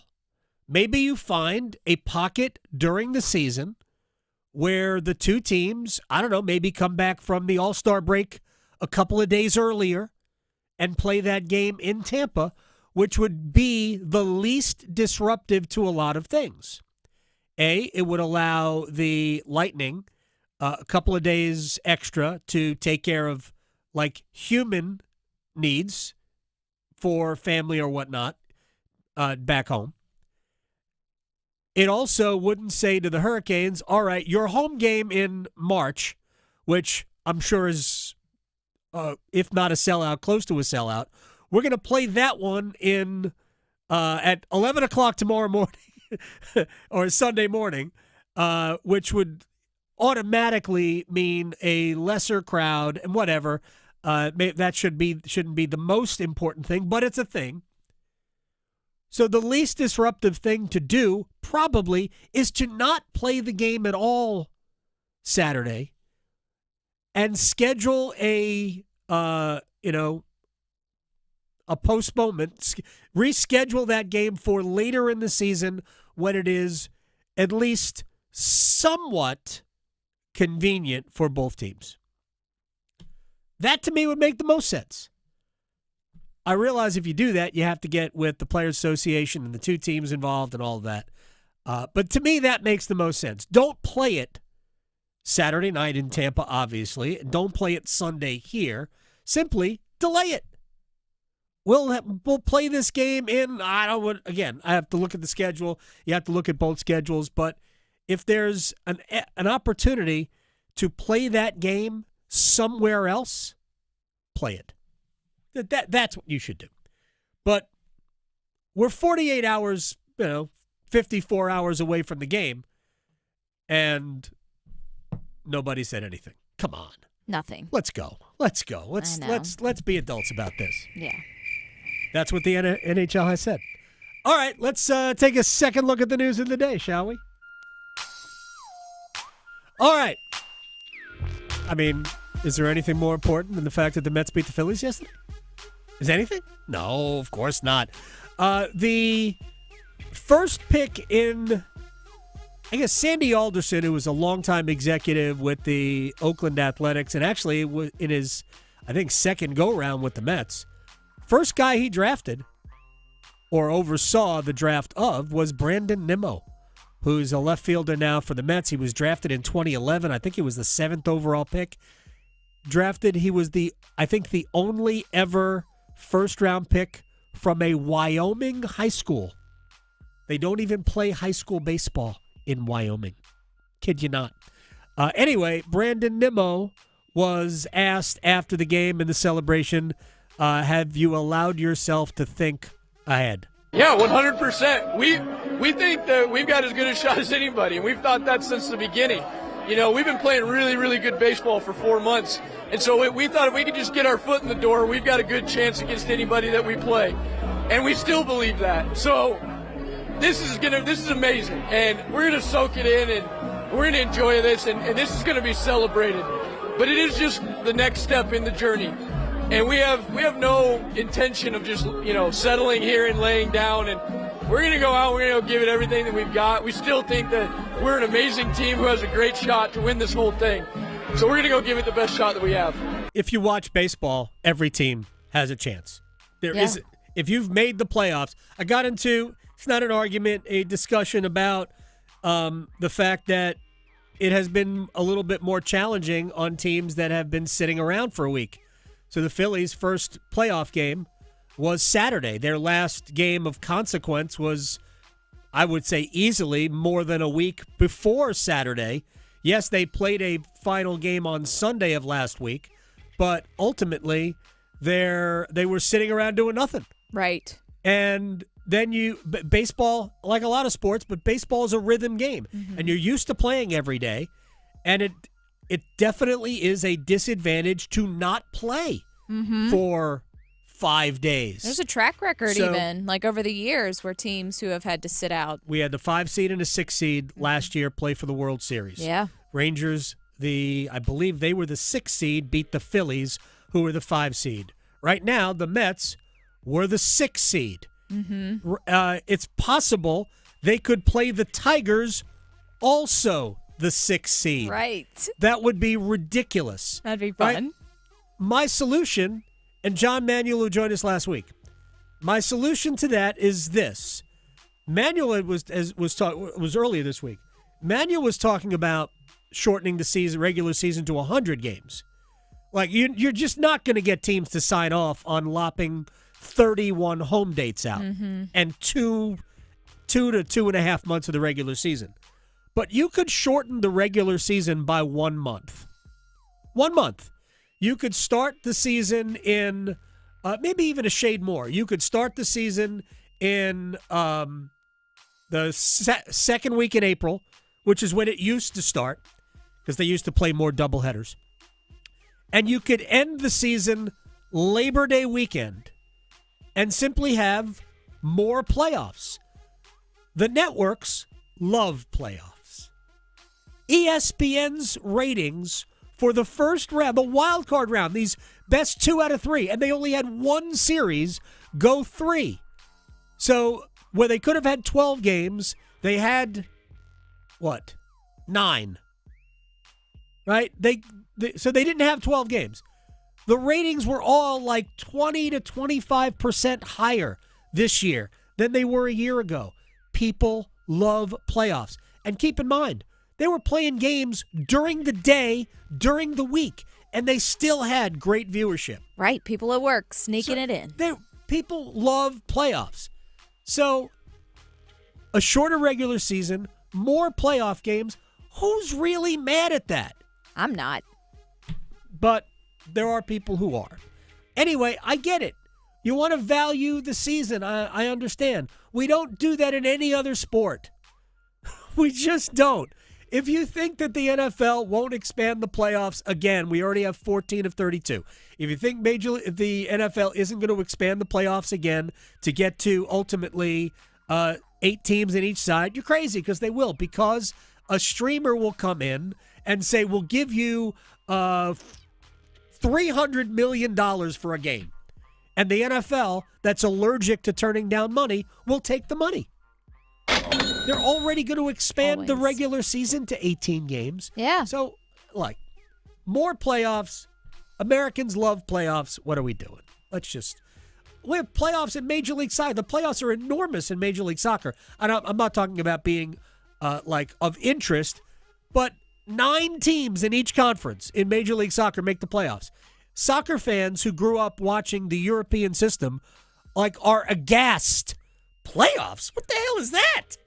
We just play our schedule and who wins, who wins. Playoffs. They have no idea. Exactly. I went all Jim Moore on it. All right. To ACC basketball and the commissioner, Jim Phillips. I mentioned this before. This was from his State of the ACC address. In each of the last 3 years, the ACC has had a team make the Final Four, and sometimes it's not even the traditional teams, right? Sometimes it's, look at that. Look at NC State. Don't bite my head off. It's been a minute since NC State has been one of those teams. Miami made the Final Four. Clemson nearly did it this past year. Right. So Jim Phillips is looking at that and going, how come people keep trashing us all year long? I just think we've been undervalued, and I stated the statistics of there. This is premier basketball conference, and I know you don't get credit for past successes. I get it. I totally get it. But we just feel like the last 5 years or last 3 years with 5 invitations, each of those 5 years is not reflective of the basketball that's being played in this league, the coaches that are in this league, the student athletes and players that are in this league that are matriculating into the NBA and all the rest of it from a player standpoint. So we have to fix it. All right, one of the ways to fix it, and I want to move on to a couple of other things.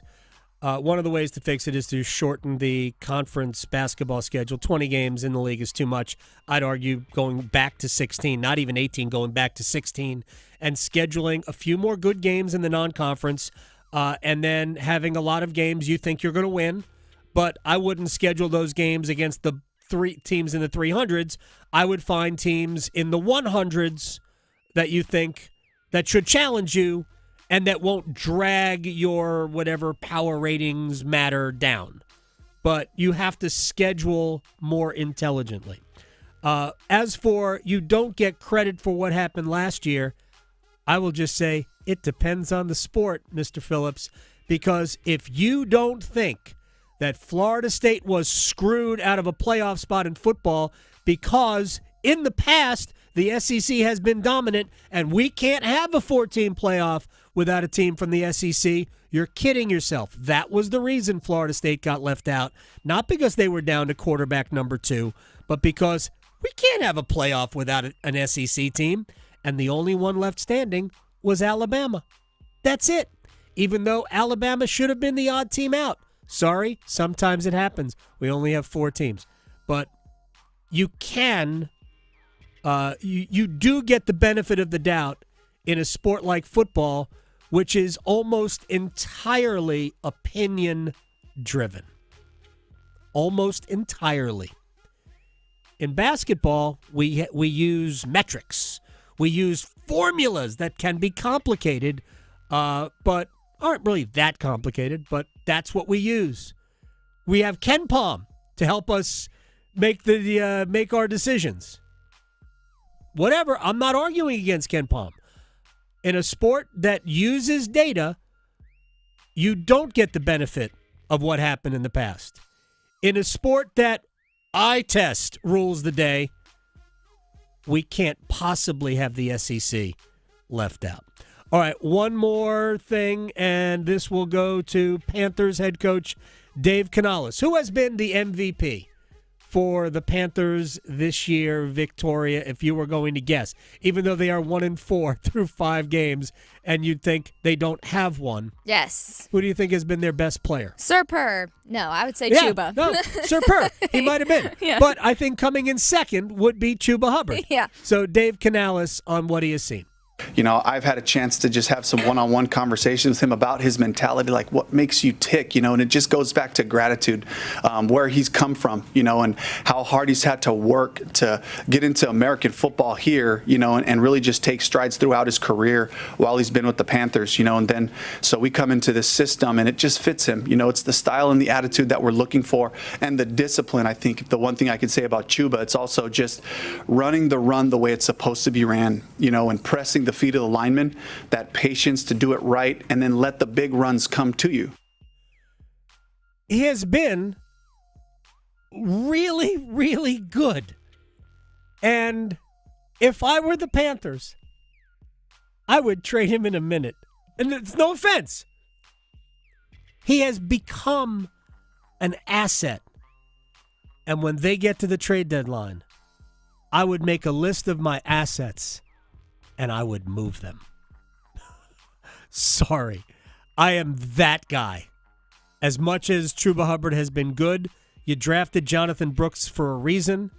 You're probably not going to pay Chuba Hubbard a lot of money in the offseason anyway.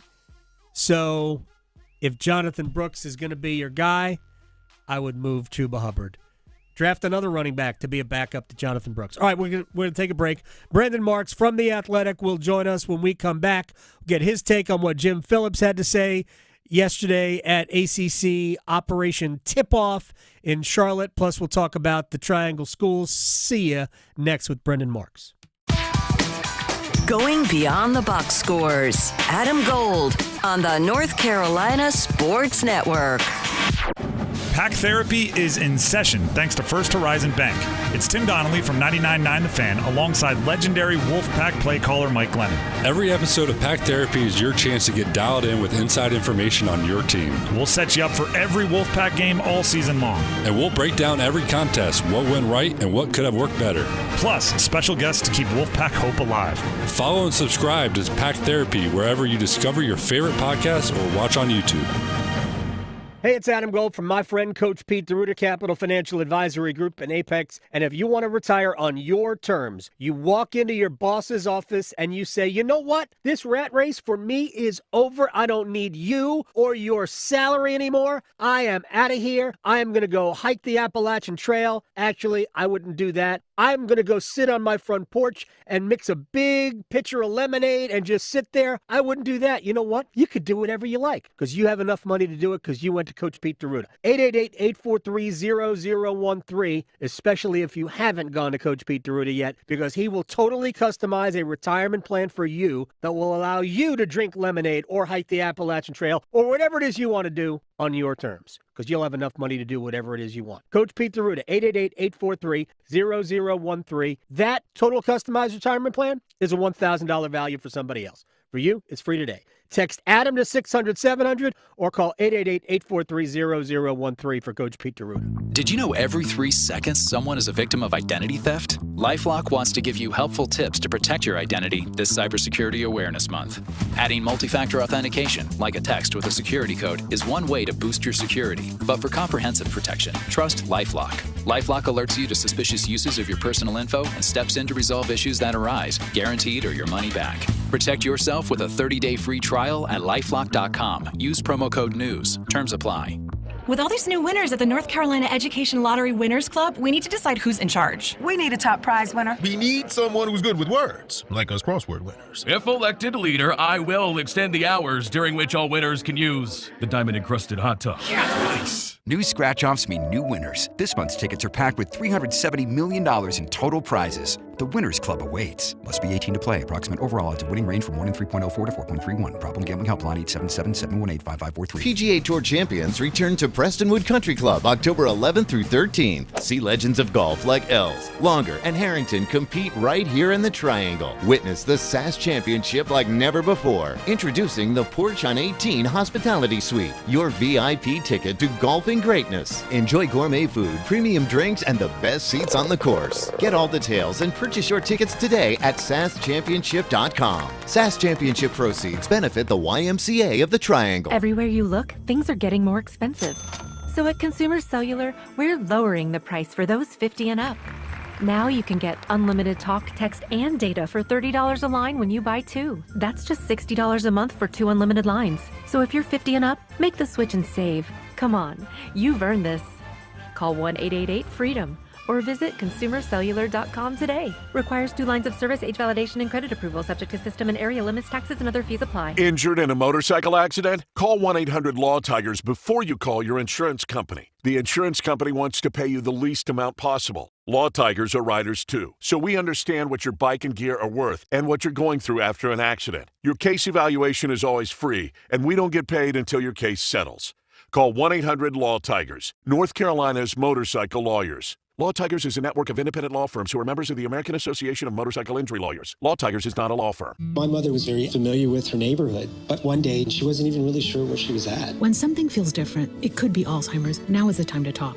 A message from the Alzheimer's Association. This is Adam Gold. He said he could talk about his golf game. He did say it wasn't great, and I said, hey, no judgment here. I'm a drive shacker and a putt-putter myself. None of us are good. Even those of us that are good aren't really good. Right, yeah. We're just not. Yeah. The Adam Gold Show.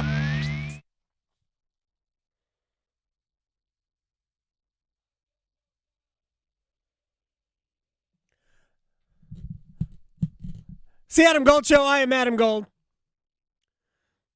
Oftentimes, I try to figure out what is there a theme to the return music today. I don't know. I don't even know. I'm not sure there's a theme or not. I like to. It is. Is there a theme? I mean, people like to knock the ACC down, so we could go with that. Perfect. Mm-hmm. Perfect. Yep. Jim Phillips is certainly talking about that. And Brendan Marks from The Athletic, one of the very best who covers college basketball, joins us on the Adam Gold Show.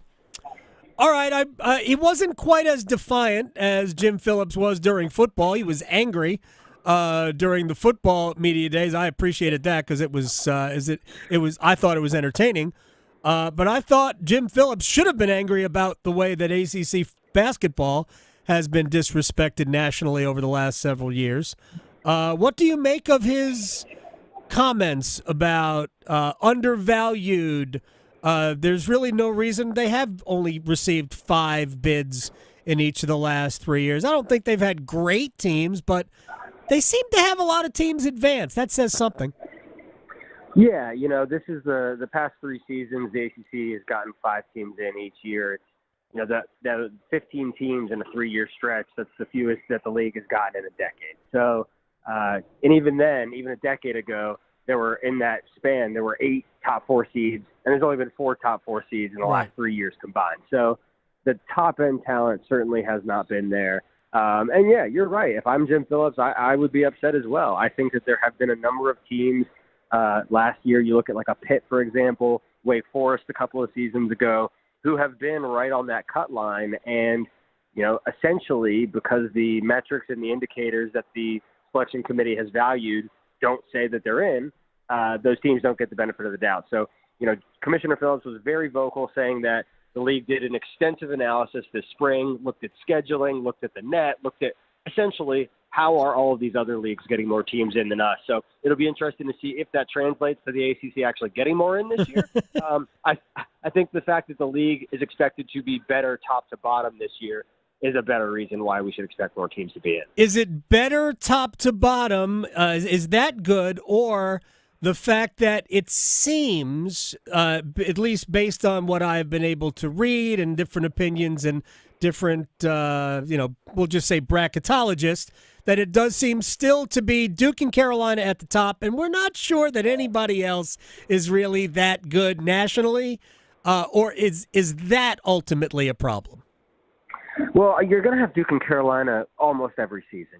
Those are the givens. So if you're Jim Phillips, if you're at the ACC, it's about everybody else. I mean, those are the 2 that you depend upon.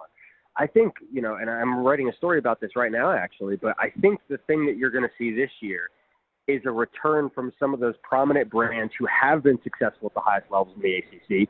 So a Louisville, a Wake Forest, a Georgia Tech. I think Pittsburgh will be interesting again. Those are, Notre Dame and Mike Bray's heyday. These are all teams who have had success, who have made Elite 8 runs, who have made Final Four runs, and yet necessarily haven't done that lately. Those brands, I think it would be fair to say, have all slipped recently.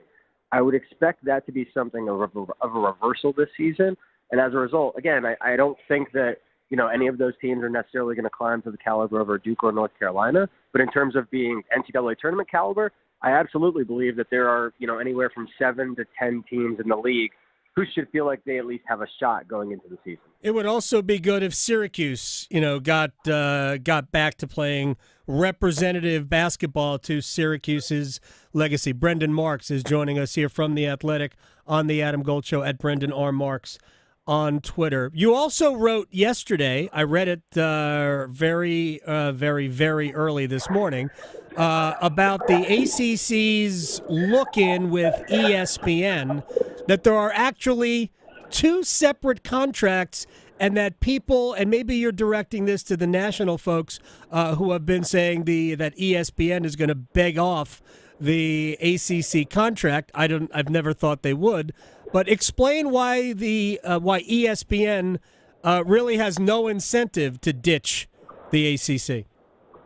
Yeah, so, I think nationally there has been this perception, which turns out to be a misperception, that the entirety of the ACC's media contract is up in February of 2025 and can either widely be, accepted or declined.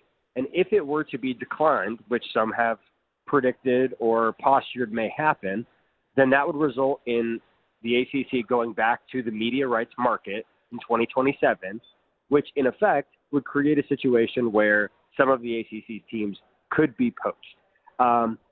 The problem is there are those two separate deals that ESPN and the ACC have. It's not one gigantic bundle.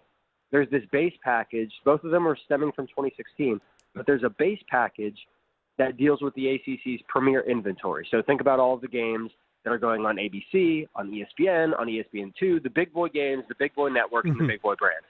Then, additionally, in conjunction with the creation of the ACC network, there is an entirely separate ACC network contract for media rights. And that, we did not know, goes until 2036 already. That is not up for debate or discussion or option in February. That is already locked in through 2036. And so the only thing that is up for the look-in period in February is that base package. So ESPN's collection of premier inventory from the ACC's premier brands. Now, in theory, could ESPN decline that option and only have the ACC network games? In theory, yes. However, if you are ESPN, why would you want to give up the best games, the best windows, and the best teams only to keep, the teams who are struggling or the teams who maybe don't attract as many eyeballs? It doesn't make any sense. Yeah. And so I think this misconception that the entire thing was up for grabs it is not accurate. And essentially what you have is a situation where the ACC is relatively stable. This look-in period is just going to be a way for the ACC to argue for, amongst other things, better time slots, for example. Getting more of its games on those big boy networks versus having them on the ACC network. Looking at, super sexy things like revenue distribution splits of carriage rights in new states.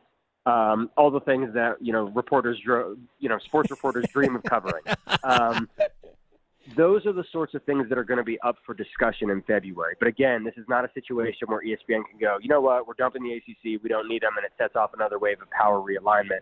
That is not the case, and that is not going to come to fruition in February. And the other thing about it for me was, because if we're complaining that the ACC is not getting enough money from ESPN, then from the other perspective, the ESPN is sitting there going, man, are we getting great value? Why would you give up something you're not paying, essentially through the nose for when you don't have to? And the truth is, I mean, if ESPN was interested in dropping the base package, I would imagine that Jim Phillips and the ACC could take, let's just say, 2 Duke Carolina basketball games, as well as some pretty good football games, and take those to market and get, I think, maybe at least what ESPN has offered them and maybe a lot more. So it might actually be a financial benefit if ESPN were to back off, but I don't think they're going to either. All right, getting out of something that basketball, mavens like yourself like to talk about. What are your thoughts? Let's start with North Carolina. R.J. Davis still here. The team around him, is it going to be as good as it was a year ago? I mean, theoretically, because we know that it wasn't great. But what are your thoughts on what North Carolina is going to have around R.J. Davis? Yeah, sometimes the best gets are the ones you keep. And so North Carolina didn't necessarily add, quote-unquote star in the transfer portal, but it does bring in a guy in Cade Tyson who can be a new Brady Manick. Mhm. You bring in 2 top 10 freshmen, one of whom in Drake Powell is, looking very much like a lottery-type talent in Chapel Hill. You bring back Elliot Cadeau for another year. You bring back Seth Trimble for another year. You're talking about a lot of depth and a lot of talent all around the perimeter for this team. I think it's going to be one of the best perimeter groups in the league. The front court is where I have questions. Armando Bacot is, after 18 years of school, finally gone. And North Carolina did not bring in a one-for-one replacement to be its, every single game, 30-minute-a-game starting center. It's going to be by committee. It's going to be some Jalen Washington and some face-up game. It's going to be Van Allen Lubin from Vanderbilt, who I really liked a lot in high school, but is probably about 6'8". I do think you're going to see some time where Jalen Withers is a small ball 5, and he's 6'10", a little leaner but strong. That is the part that concerns me. I think that defensively, because of North Carolina's size, it's probably going to get picked on. If you're a North Carolina fan, get ready for some games in the 80s. But the perimeter talent on this team is too good for North Carolina to, slip below, I would say, the top 3 or 4 teams in the league. All right, now to the Blue Devils, who brought in one of those recruiting classes, especially when you look at Cooper Flagg, Kalman Malawash. I know I've completely butchered the name. I'll figure it out by the time we watch him for the first time. But they have a lot of talent, and they've got 2 returning guards. I guess at some point Tyrese Proctor is going to be that player, maybe not, but he's certainly going to be good. Caleb Foster coming back, especially when he got hurt late. They figured out how much they missed him. There's a lot of bodies for John Shire to figure out, plus 3 newcomers in terms of veteran transfers coming in. They are really set up to succeed today. They are. I mean, when you talk about teams who win the national championship in today's era of college basketball, I mean, from an ingredient standpoint, Duke has everything you could ask for. It has 5-year guys who have been there before. Mason Gillis comes from Purdue, was in the national title game last year. So you have that. You have an elite young inflection of talent with Cooper Flagg and Kaman Malwatch. You have returners who know your system, who have been there, who have now been in it for multiple years. You have all of the pieces there.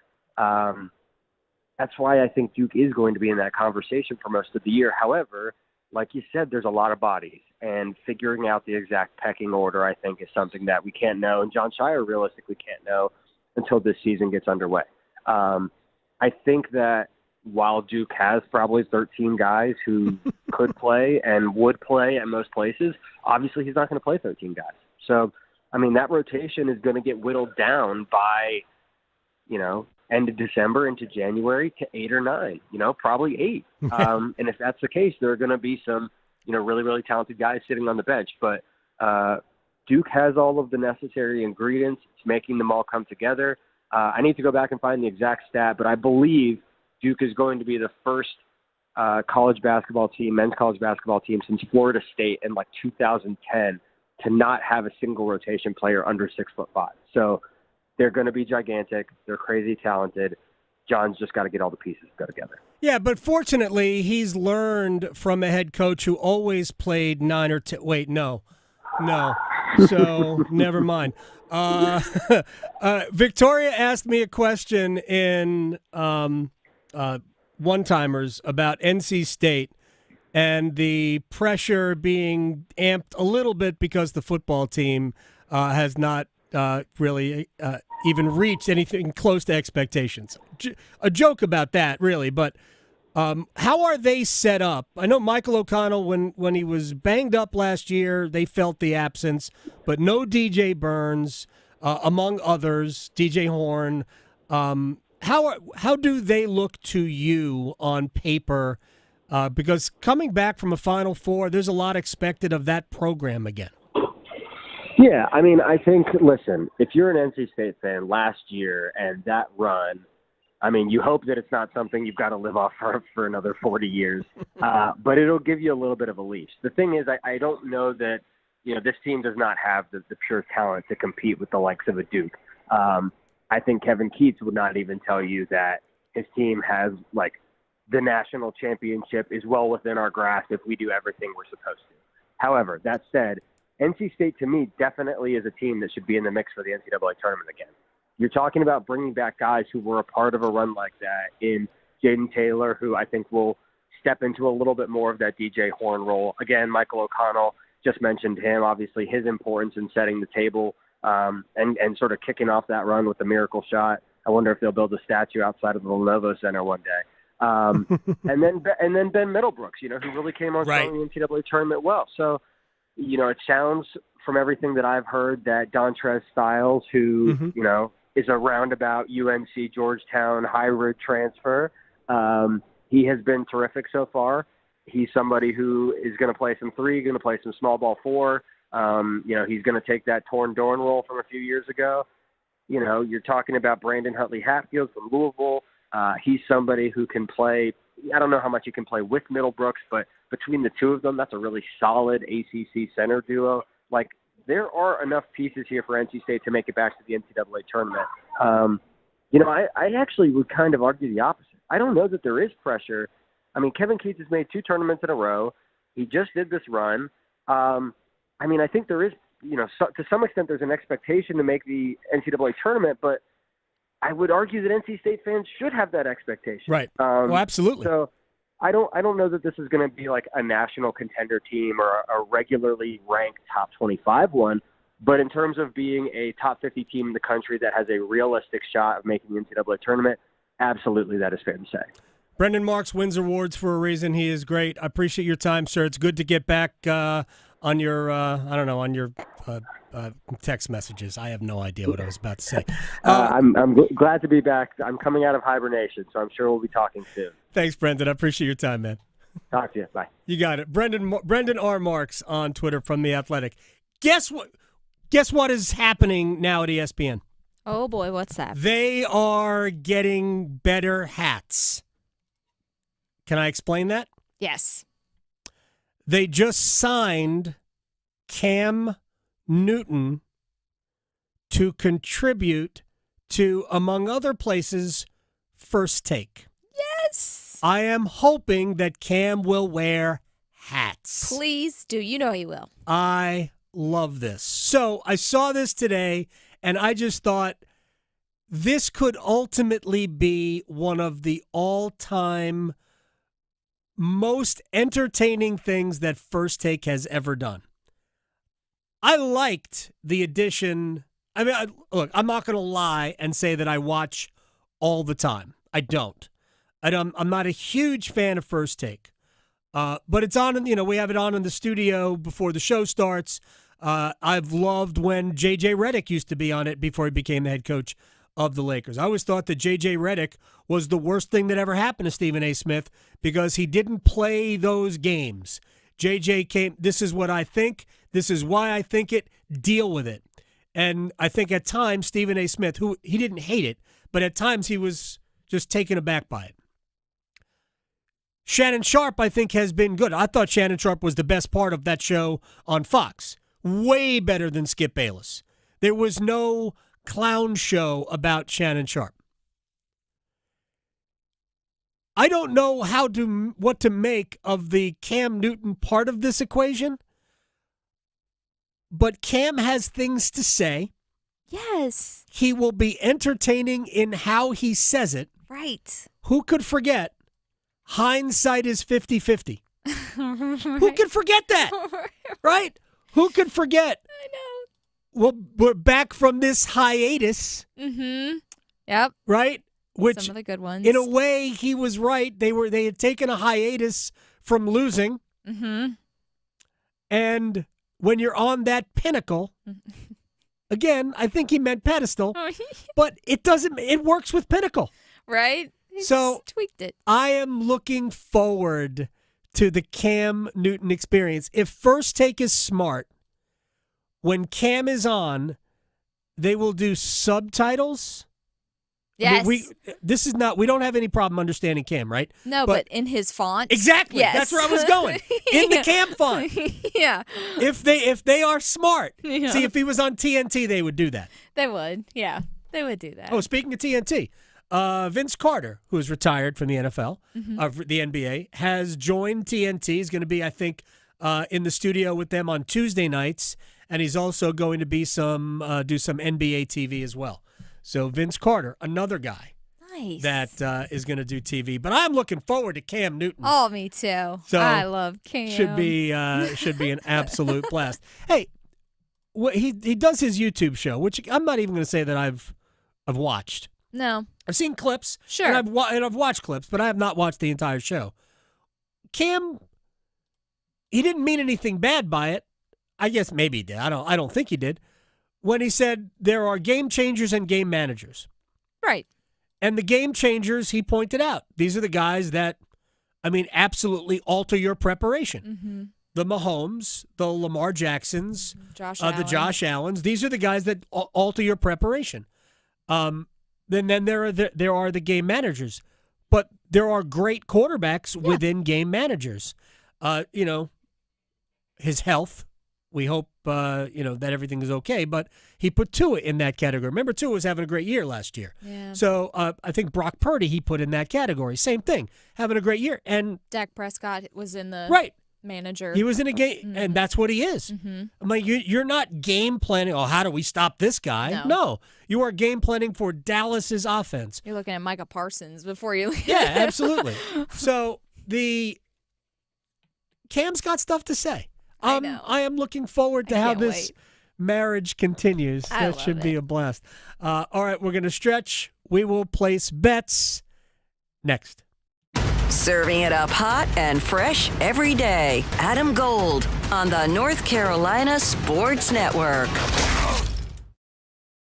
Trust ACT Construction Equipment and Bandit Wood Chippers and Stump Grinders to position your tree service for success. ACT Construction Equipment is your authorized dealer for sales, service, parts, and rentals for Bandit Wood Chippers and Stump Grinders. ACT Construction Equipment has been your authorized dealer for Bandit equipment for over 10 years. Visit one of our 6 North and South Carolina locations or actce.com for more details on Bandit Wood Chippers and Stump Grinders. ACT Construction Equipment, always the right equipment for the job. Adam Gold here from my friends at FanDuel, America's #1 sports book, and it's never too early to start thinking about Week 6 of the NFL, and you can get ready to tackle all the action with America's #1 sports book because right now, new customers can bet $5 and get $300 in bonus bets if you win your wager. Pick an easy one, then take advantage of $300 in bonus bets. It's amazing. You can go parlay. You can go straight bets. Have fun. FanDuel.com/AGS and make every moment more this season with FanDuel. FanDuel is an official sportsbook partner of the NFL. 21 and over and present in North Carolina. First online real money wager only. $5 first deposit required. Bonuses issued as non-withdrawable bonus bets, which expire 7 days after receipt. Restrictions apply. See terms at sportsbook.fanduel.com. Gambling problem? Call 877-718-5543 or visit morethanagame.nc.gov. Chances are you're not hearing this ad while topping 100 in your Aston Martin or taking a spin around town in your Rolls Royce. But if you are, then Donald Trump's tax plan is for you. Just ask him. You're rich as hell. We're going to give you a tax cut? But if you're hearing this on your way to work or school pickup, if you're heading to the grocery store or wondering how long you can stretch that tank of gas, then your plan is Kamala Harris's plan. She'll make the wealthy and big corporations pay their fair share so she can give the middle class a tax cut, as well as $25,000 for first-time home buyers, $6,000 for first-time parents, and a $50,000 tax deduction for starting a new business. Because that guy in the cyber truck that just zoomed by doesn't need another break. But Kamala Harris knows you sure could use one. Paid for by FFPAC, ffpac.org, not authorized by any candidate or candidates committee. FFPAC is responsible for the content of this advertising. The 2024 elections are just around the corner, and older voters are the nation's most active. The AARP North Carolina Voters Guide has information about upcoming election dates, registration deadlines, and voting options in North Carolina, such as voting by mail, early voting, or voting with a disability. Find the guide in the voters section at aarp.org/NC and listen each week to AARP Without Limits for important election news and much more. You can find the latest episodes of AARP Without Limits wherever you listen to your podcasts. Psst. Hello there. It's me, your internal clock. Yes, the one you sleep through on weekends. You've probably heard my TikToks, but I'm straight up sounding the bell now. It's almost time to start applying for college. That means you got transcripts to gather, letters of rec to request, and campus tours to schedule. But hey, we've got time, and we've got CFNC. CFNC.org can help us plan, apply, and pay for college. We got this, trust me. Just visit CFNC.org to help us stay on time. If you recently lost health coverage due to a life change, healthcare.gov is here for you. Like it was there for Marcus when he lost his job, and Keisha when she turned 26 and lost her parents' insurance, and Elena when she went off Medicaid. There are many other ways to qualify. Visit healthcare.gov today to see if you're eligible to enroll. Limited time to enroll. Paid for by the U.S. Department of Health and Human Services. This is Adam Gold. Maybe at some point after repeated losing, David Tepper will get out of the way. Yeah, it's going to be on my Christmas list every year until it happens. So, there. I wish I could give you that. I wish I could put a bow around that. Oh, me too. The Adam Gold Show.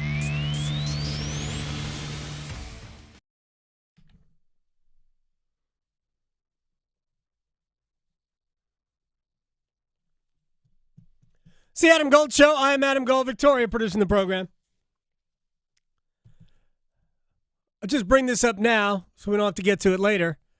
You and I were both on the Montreal Canadiens yesterday. We were. That was unfair. It's just giving money away. I know. For people. I know. Or giving units away. I know. That's what we do. 47 save shutout for Sam Montembeault. That's impressive. At home against Toronto. They play again tonight, Montreal. We'll see if we have the guts to do it again. I know. But before we get to that, it's time to stretch. Okay, so I was reading this article about the 12 sexiest quarterbacks in the NFL. The 12? Yeah. They're the top 12 sexy quarterbacks in the NFL. 12 of them. Patrick Mahomes is not on that list. Actually, he is. No way. No chance. I know. Zero chance. A man who walks like that, has a that body voice. like that. Yeah, no, there's Voice. no chance. Oh, yeah. Sorry. I was Sorry. very shocked. He came in at number 6 because right now I have the top 12 out of the Number 32. And yeah, do you want to guess who number 1 was? Josh Since Allen. Tom Brady's not in it. So. Josh Allen's number 1. No, he's actually number 8. How he's behind Mahomes, I don't know. I don't know if that has anything to do with their rivalry, but Did Brittany Mahomes put this list together? Exactly. Yeah, the first 5 were just coys. But no, number 1, Joe Burrow. What? Okay. I would think Brock Purdy would be ahead of Burrow. I know. Well, Purdy's number 7, so he's behind Mahomes, which is shocking to me. Sexiest? Yes, I really want to know who made that, who decided this. But Caleb Williams is number 2. So he's been in the league for 2 seconds. Yeah, also not sexy. We're giving him that title, followed by Russell Wilson, Dak Prescott, Justin Herbert. Then we've got our Justin Herbert Mahomes. I could see. Yeah, I could see Justin Herbert. I could see Justin Herbert. No, Russell Wilson. I know. Patrick Mahomes, of course, Brock Purdy, Josh Allen. Then we've got Jalen Hurts, Derek Carr, Jordan Love, and then here we go. Jordan Love would be on my list. Oh, yeah. Yeah. For sure. I find him very attractive. The last one, number 12. Break out the dad tees, Joe Flacco.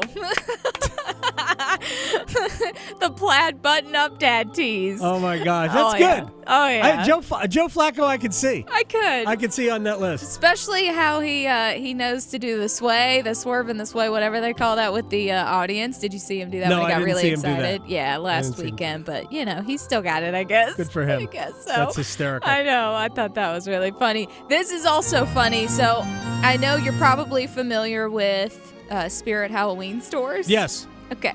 Well, they're not done. So Spirit Halloween stores, they come around every year. Right. They usually take up a Bath & Beyond or Bath & Body Works or whatever, Toys R Us, abandoned warehouses, shopping centers.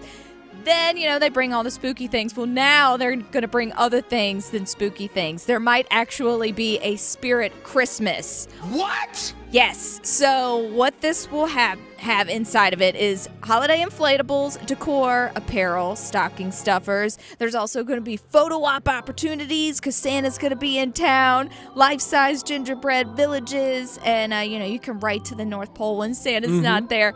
There's only going to be 10 locations, though, for right now. It's in northeastern U.S., and they say it's just a test, but let's be real. The Spirit Halloween has been taking over the country, so Spirit Christmas is coming here anytime soon. So I don't know how I feel about that. I know. Are they gonna be in the same places where we have Spirit Halloween? I think so. They should. They should. Yeah. Well, now we're gonna have Spirit everything. That's only gonna start the ball rolling now. Spirit Halloween, Spirit Christmas, Spirit Easter. Do we have Spirit Thanksgiving? Yeah. Spirit 4th of July. Thanksgiving, the holiday that everybody forgets, but is honestly probably the best one. Yes, I know. I do love Thanksgiving. But yeah, so that'll be coming potentially. Spirit 4th of July. Yeah. Spirit Arbor Day.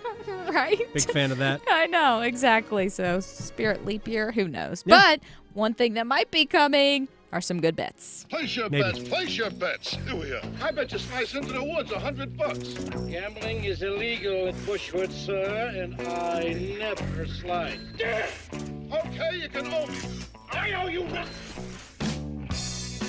As I said before, we were both on Montreal at home, plus 160 to 164 in that range. Big winner.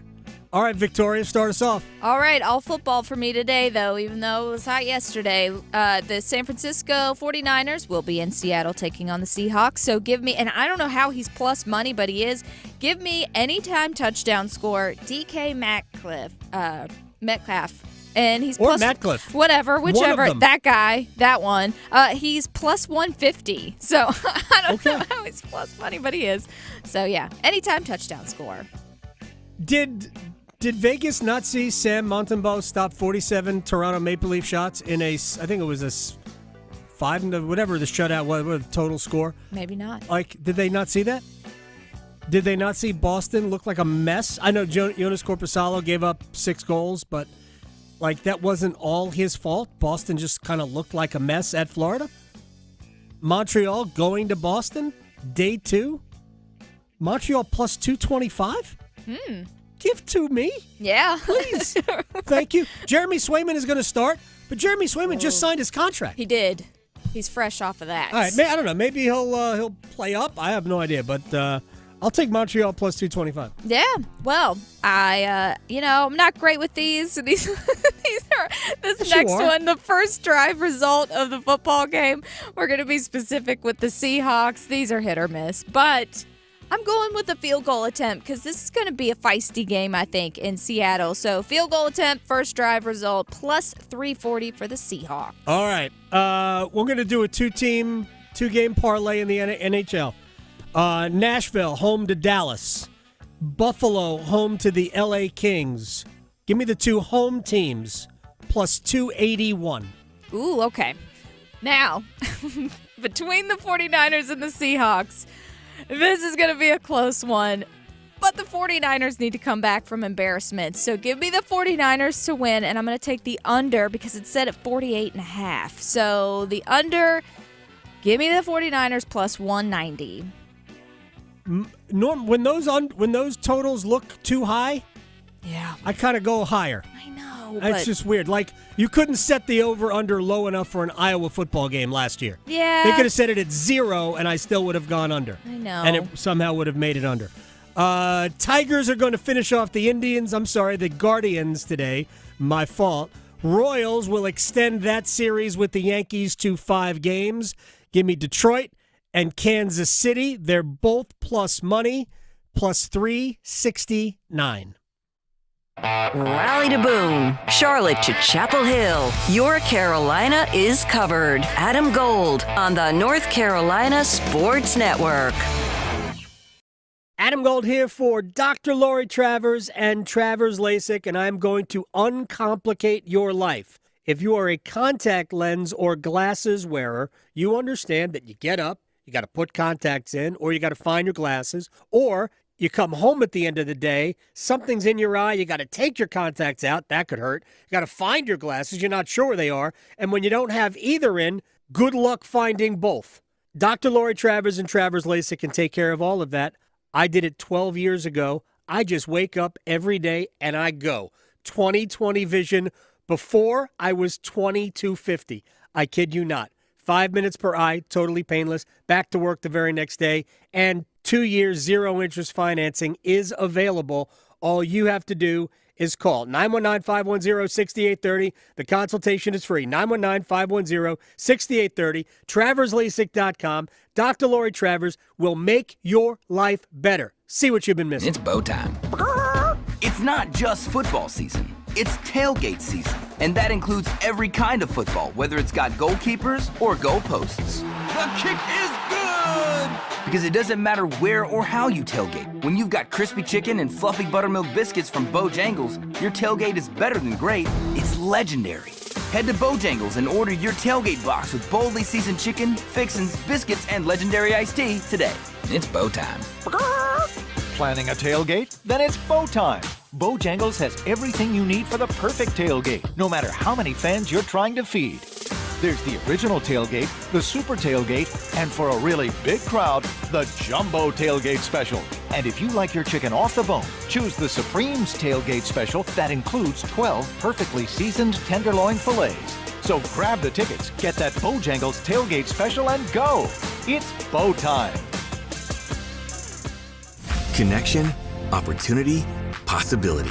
It's what we all want. Spectrum has built a world where anything is possible, with products and services designed to work better together for a seamless connectivity experience. A connection to family and friends, a connection to education, and a connection to new opportunities. So there's no limit to how big we can dream. That's Life Unlimited. That's Spectrum. Want to score points with your boss? Recruit RoofWorks to your building maintenance team to handle your commercial roofing needs. Hi, this is Holly with RoofWorks. We've helped hundreds of Triangle businesses with their commercial roof maintenance, repairs, and if necessary, total replacements. Our pros come to your site, assess your roofing needs, and then give you a range of options to fit your budget. And we'd love to work with you. For roof maintenance and repair, contact us today at roofworks.com. That's roof, WERKS.com. Whether it's the future of college football or my love for the Ryder Cup, it's all found in the Best of the Adam Gold Show podcast, brought to you by Coach Pete at Capital Financial Advisory Group. Visit us at capitalfinancialusa.com. All right, when it comes to getting life insurance for your family, a lot of excuses can get in the way. But ask yourself this: if something were to happen to me, who would pay the mortgage, the kids' education, and the other bills? Then forget the excuses and check out Ethos Life, the online, easy way to get life insurance in 10 minutes. Ethos has rates that you can afford, like a $500,000 policy for a 40-year-old male starting at $1 a day or $30 a month, with a few health questions and no medical exam. Get your free quote right now at checkethos.com. That's checkethos.com. Not available in all states. Rates do vary. This hour of the Triangle Sports Leader is powered by Ritchie Law Firm, North Carolina's injury lawyers. Visit GotBryan.com. That's GotBryan.com. WCMC HD1 Holly Springs. Take us with you on radio, web, app, Alexa, and YouTube. 99.9 The Fan, the Triangle Sports Leader. It's not easy to be here. Enjoy it. Don't take it for granted because it doesn't happen every year. If it happens every year, great, but it's not easy to be here. Respect your opponent, work, grind, compete, give everything you got, because these runs, they don't happen every year. You know, it don't matter how good your team is, nothing is promised. So that's the mentality I have. We have some amazing runs in Cleveland, and I'm glad I get to do this now in New York. If it wasn't for Shohei Ohtani, Francisco Lindor would be the MVP, I think, of the National League. He had an amazing year. Respect to Marcell Ozuna, who also had a great year for Atlanta. The way you finished the year and the way Lindor finished, you got off to a terrible start.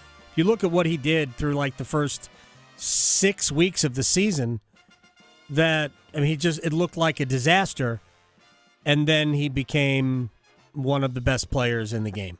It was cool because the Mets signed him to that massive contract for a reason. He had great years in Cleveland, and then he comes to New York and he looks, wait, why does this always happen to the Mets?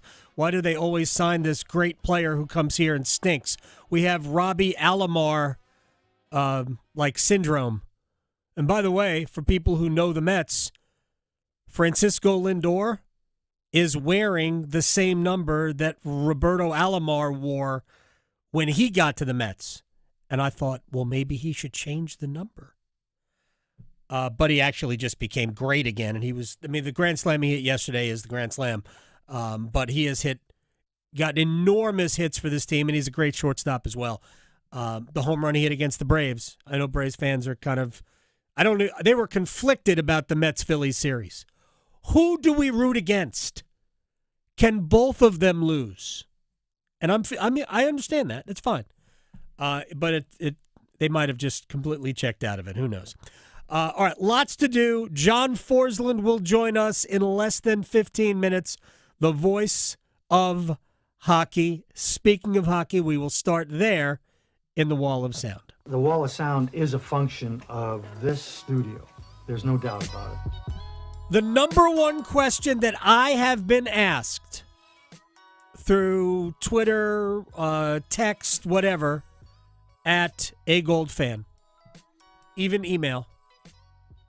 The number one question, who is going to start in goal tomorrow when the Hurricanes open up the season? Rod Brindamore was asked that question today. Well, we're leaning on someone yet, but I got to go in there and make sure that everybody got through practice all right before I announce that. All right. Come on.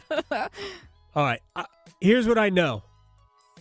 We'll know tomorrow at the morning skate. My guess is they will skate, and the first goalie off the ice, the goalie that skates in the crease to the left of the bench, I think will be Pyotr Kochetkov. But I know it's been a while. I have been wrong before. All right. How did Jackson Blake make the team, Coach? Well, you earned it. I mean, at the end of the day, you you ask guys to come in and show us something and show us what you're about, but you got to earn it. And he earned his spot. And it doesn't mean he's on our team for good. He's got to continue to earn that every day. And I love it. I love the message that, you can make the team if you come out and, play hard, and that's what he did. So good on him, and now he's got to continue to keep growing. All right. Now, remember yesterday how we were, I was like turning myself in knots trying to figure out how they did this financially, how they made it all work salary cap-wise. Corey Lavalette, who will join us on tomorrow's show, wrote a very good piece in The Athletic that explains the salary cap maneuvering the Hurricanes did to create the room for not only Jackson Blake, but creating the room that will enable the Hurricanes to accrue salary cap space even while utilizing long-term injured reserve. It is fascinating. I'm still not 100% sure I believe it, or not believe it, understand it, but I don't have to. I just need to understand that the Hurricanes do have the cap space, because that's how it works. I was right about this one particular thing, that they were going to have to waive a veteran forward. And that yesterday became Tyson Jost. By this afternoon, we will find out whether or not Jost has cleared waivers and the Hurricanes can send him to Chicago in the American Hockey League, where he doesn't count against their cap. And once that happens, they will then be able to accrue cap space because they will be under the salary cap. So, for what that's worth, they could end up with, if you have $1 million in cap space by the time you get to the deadline, you'll have, $2 million in cap space. I have no idea what it is. But you get to build on that during the year. one more thing about the Hurricanes. Last year, high expectations. Went into the season, the betting favorites to win the Stanley Cup. After everything that happened during the regular season, they went into the playoffs as the betting favorite to win the Stanley Cup. Obviously, did not happen. Doesn't mean expectations for this team internally have changed, even though people like Greg Wyshynski, who joined us yesterday, says the Hurricanes are not going to make the playoffs. Here's Rod on the expectations. Well, I don't even bring that up. I mean, we know we have a good team, but at the end of the day, you gotta go prove it. And what other people think, I mean, it's kind of irrelevant. We know what we're about, and I know what I think of the group, and that's really what matters. And it's what they think in there that matters. So, yeah, I know I've heard it. You listen, and people think we're gonna have a fall off and this and that, but I think they're underestimating us. I agree. I think some people are underestimating the Hurricanes. The analytics don't. The analytics think very highly of the Hurricanes, but they always have, even before Rod Brindamore was the head coach. Under Bill Peters, the analytics said the Hurricanes should have been better than they were. I mean, whatever that means. But I talked to Sebastian Aho, and you'll hear that tomorrow. Aho said, I mean, he didn't even bat an eyelash. He just went, same standard, same expectations. We want to be the last team. Doesn't matter what everybody else thinks. We think we're good enough. What have we been talking about at the beginning, right? In baseball. Doesn't matter. How are you playing when the playoffs start? That's the only thing that matters. So if the Hurricanes get good goaltending, they'll be in very good shape. We'll just say it that way. All right, for the Panthers who play the Minnesota Vikings, my fault. Atlanta Falcons, Kirk Cousins. See, I'm still thinking Kirk Cousins is a Viking. Yeah. Andy Dalton and Kirk Cousins have something in common. It is not their first team, and they're both old. Andy Dalton on the kinship. I knew him in college, too. We were counselors at the Elite 11 going into my senior year, going to his junior year. And so we were actually roommates during that and all that kind of stuff. So a guy that I've followed for a long time, his college career, then everything that he's been able to do in the NFL. I mean, talk about a guy that has played at a high level for a long time, has been steady, and he's been a ton of fun to watch. And so, yeah, he's definitely one of those guys that I've been in contact with. I've known throughout the years, and I've been fun to follow his career. I mean, there is a certain similarity between the two. Yeah. Andy Dalton has never run through a locker room, like a hallway, screaming, "You like that?" like Kirk Cousins has. Right, at least it's not on video somewhere. Back when in his days with Washington. Mm-hmm. But look, I'm expecting Andy Dalton to play a lot better than he played against the Bears. All right. Falcons are clearly a better team, but I'm expecting Andy Dalton to play a lot better. All right, quarterback for the New England Patriots this week will not be former NC State star Jacoby Brissett. It will be former UNC star Drake May, as the Patriots are risking the 3rd overall pick, but Drake May is pumped anyway. Yeah, I think it's a great opportunity. Something you dream of, getting your first start in the NFL. So really excited to get out there with the guys. Take advantage of having the full week to get prepared and try to put my best foot forward to help the team win. I just wish him health. The Patriots, their line is bad, their offense is bad, their hope for the immediate future of this season is bad. I just don't see anything positive coming out of this apart from survival. I don't know why they're doing this. It's clear they don't have the right team, and they have somebody who is more than equipped enough to play. To me, this is a reckless decision. One more thing before we jump. The Jets named somebody named Ulbrich, something, their new head coach. He's the defensive coordinator who takes over from the real defensive coordinator, the head coach that was fired, and offense is their real problem. I'm having a hard time with this. But in his first act as the head coach, he did make a change on offense.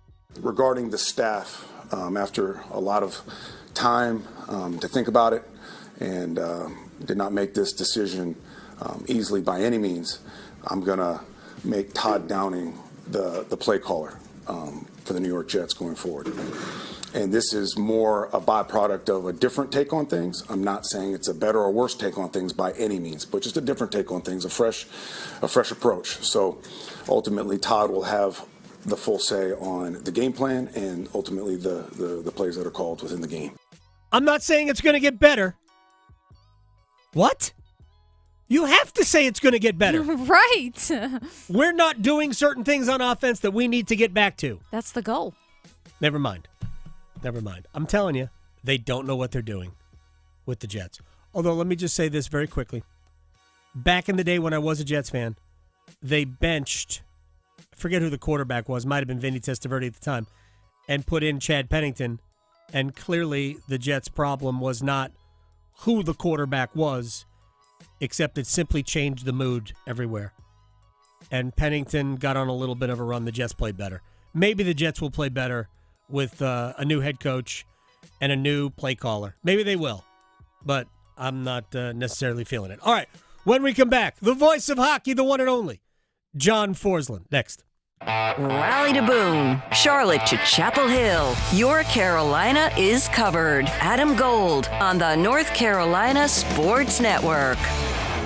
Oh, this is going to be fun, isn't it? Oh, yeah. Wow. Martinuk pulling Barkov away. You know, Pyotr Kochetkov's not afraid to mix it up. Vinny Veazey knocking Natchez to the ice. Oh, here we go. Oh, yeah. Here we go. Veazey and Kotkaniemi. Chance for the Rangers coming in. Anderson makes a save, and it's kept out by Martinuk. What a save! Martinuk just robbed Lindgren. The season kicks off October 11th on your official home of the Carolina Hurricanes. 99.9 The Fan. Tonight we have the San Francisco 49ers taking on the Seattle Seahawks for Thursday Night Football, which kicks off our Week 5 in the NFL and fun options when it comes to making football wagers. I'm Victoria Vodnecker here for BetMGM, and just looking at this NFL game tonight, you might think Metcalf will score a touchdown, or maybe Geno Smith will have a certain amount of rushing yards, or maybe the first drive attempt for the 49ers will end in a field goal. These are all routes you could take, and that's not even making a dent in it. We also have two teams in the MLB playoffs trying to close out their series tonight, which allows for anything to go in these do-or-die matchups. But when you use the BetMGM app, you're going to see options like same-game parlays, live bets, prop bets, money line bets, and BetMGM offers fun daily promotions for day of games. All brought to you by BetMGM, the sportsbook born in Vegas. Download the app today and please gamble responsibly. See BetMGM.com for terms. 21 plus only, North Carolina only. Gambling problem? Call 877-718-5543 or visit morethanagame.nc.gov. Military veterans and active duty service members, you could become a certified cyber warrior with just 12 weeks of training at My Computer Career. Cybersecurity specialists are in high demand, and IT pros with these skills often enjoy abundant opportunity and a great lifestyle. Protect our people, liberty, and treasured institutions from cyber threats. GI Bill, SkillBridge, and other VA benefits are available to those who qualify. Learn more at mycomputercareer.edu/CWP. That's mycomputercareer.edu/CWP. The Pack family knows Sammy's Tap and Grill is your one-stop shop for brews and bites, serving up good times for almost 25 years.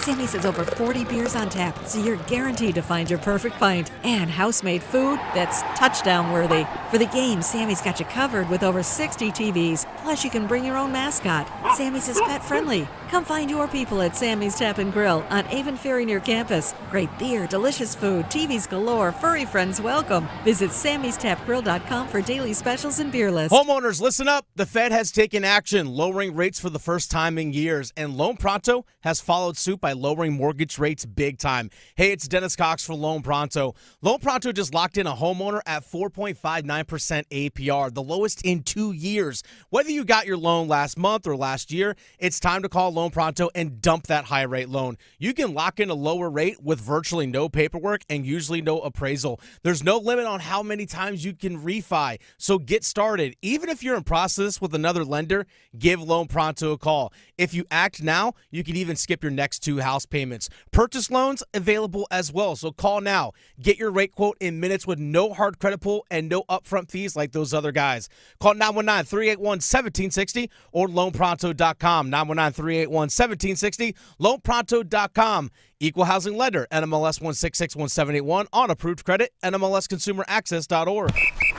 All right, gentlemen, this is Emmett Smith on behalf of Depend, and I've got the perfect play.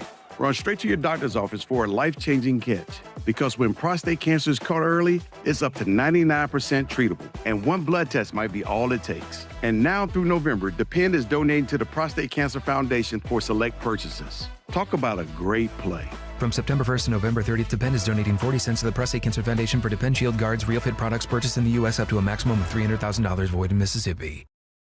This is Adam Gold. Victoria, you played sports in high school, right? Oh, yeah. Basketball, and I swam. Could you imagine competing for $1 million? No. $1 million. No. I competed for plastic trophies. I was also a high school athlete, baseball player. No, and I could never even imagine it. No. The Adam Gold Show.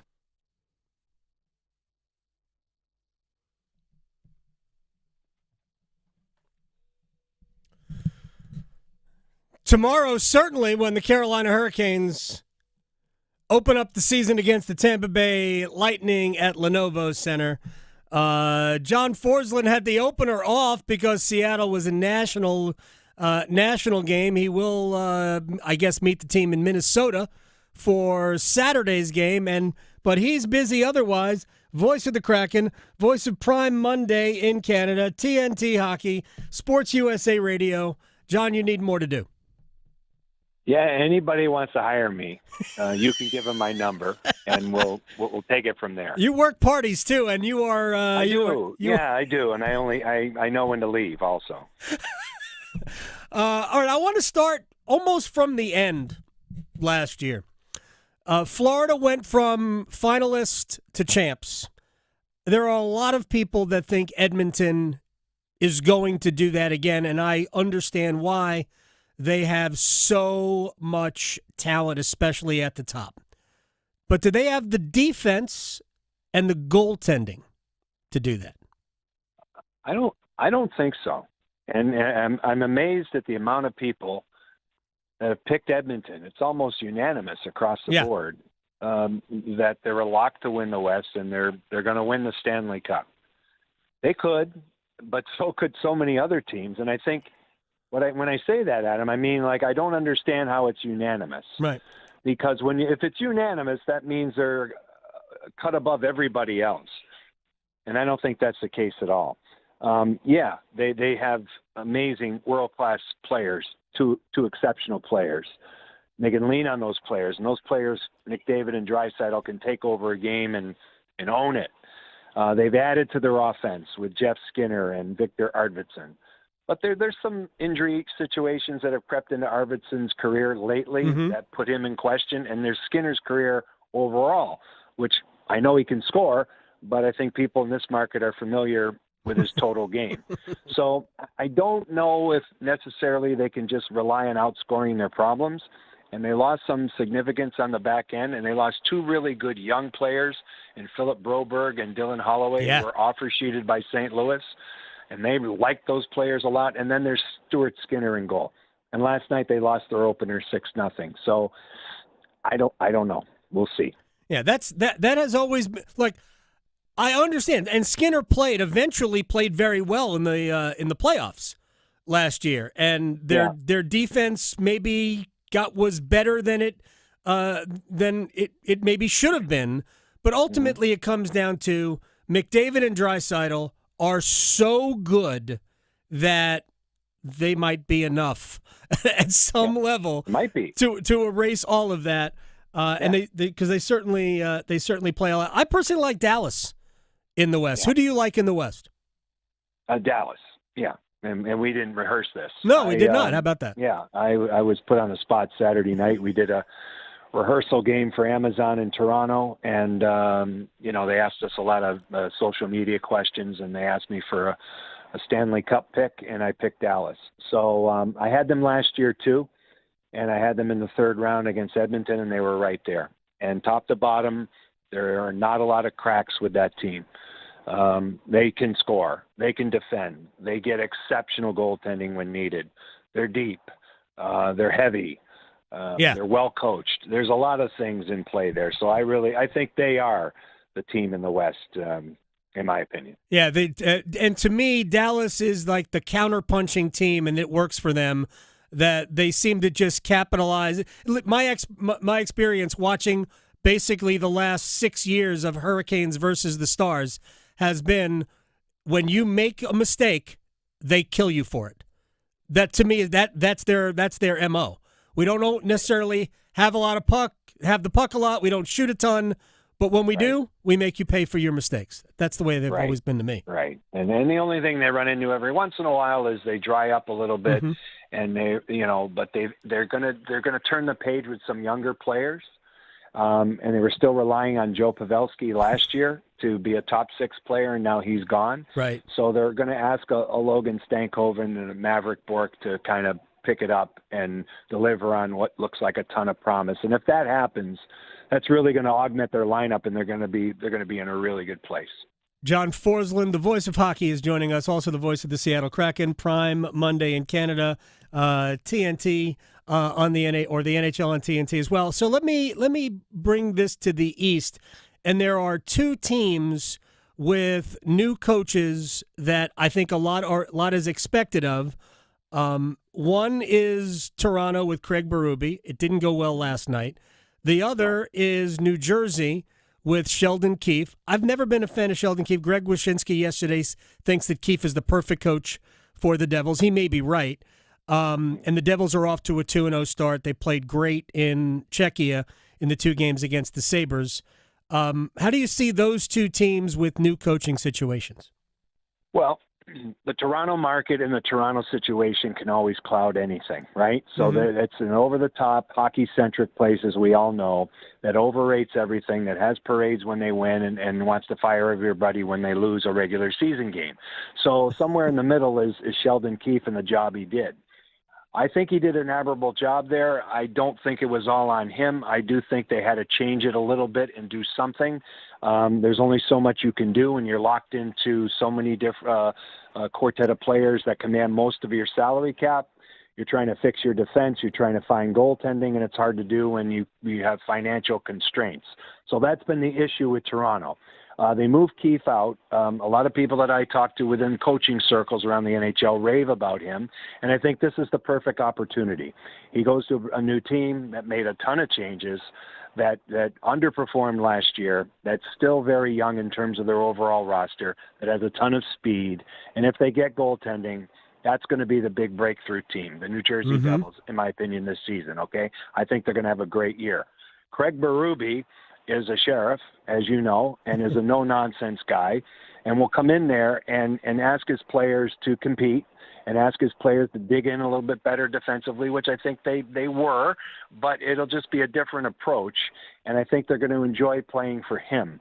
I was in and around Toronto just on Saturday, and there's great anticipation, but there's also a different type of commitment, and I asked Craig about it the morning of the game, and he said, you know what, I never realized the work ethic that Matthews, Marner, Nylander, just those 3 kids have, because they're viewed as ultra-talented players, and sometimes we lose in the translation maybe how hard they want it because they haven't been able to get it, and how hard they work.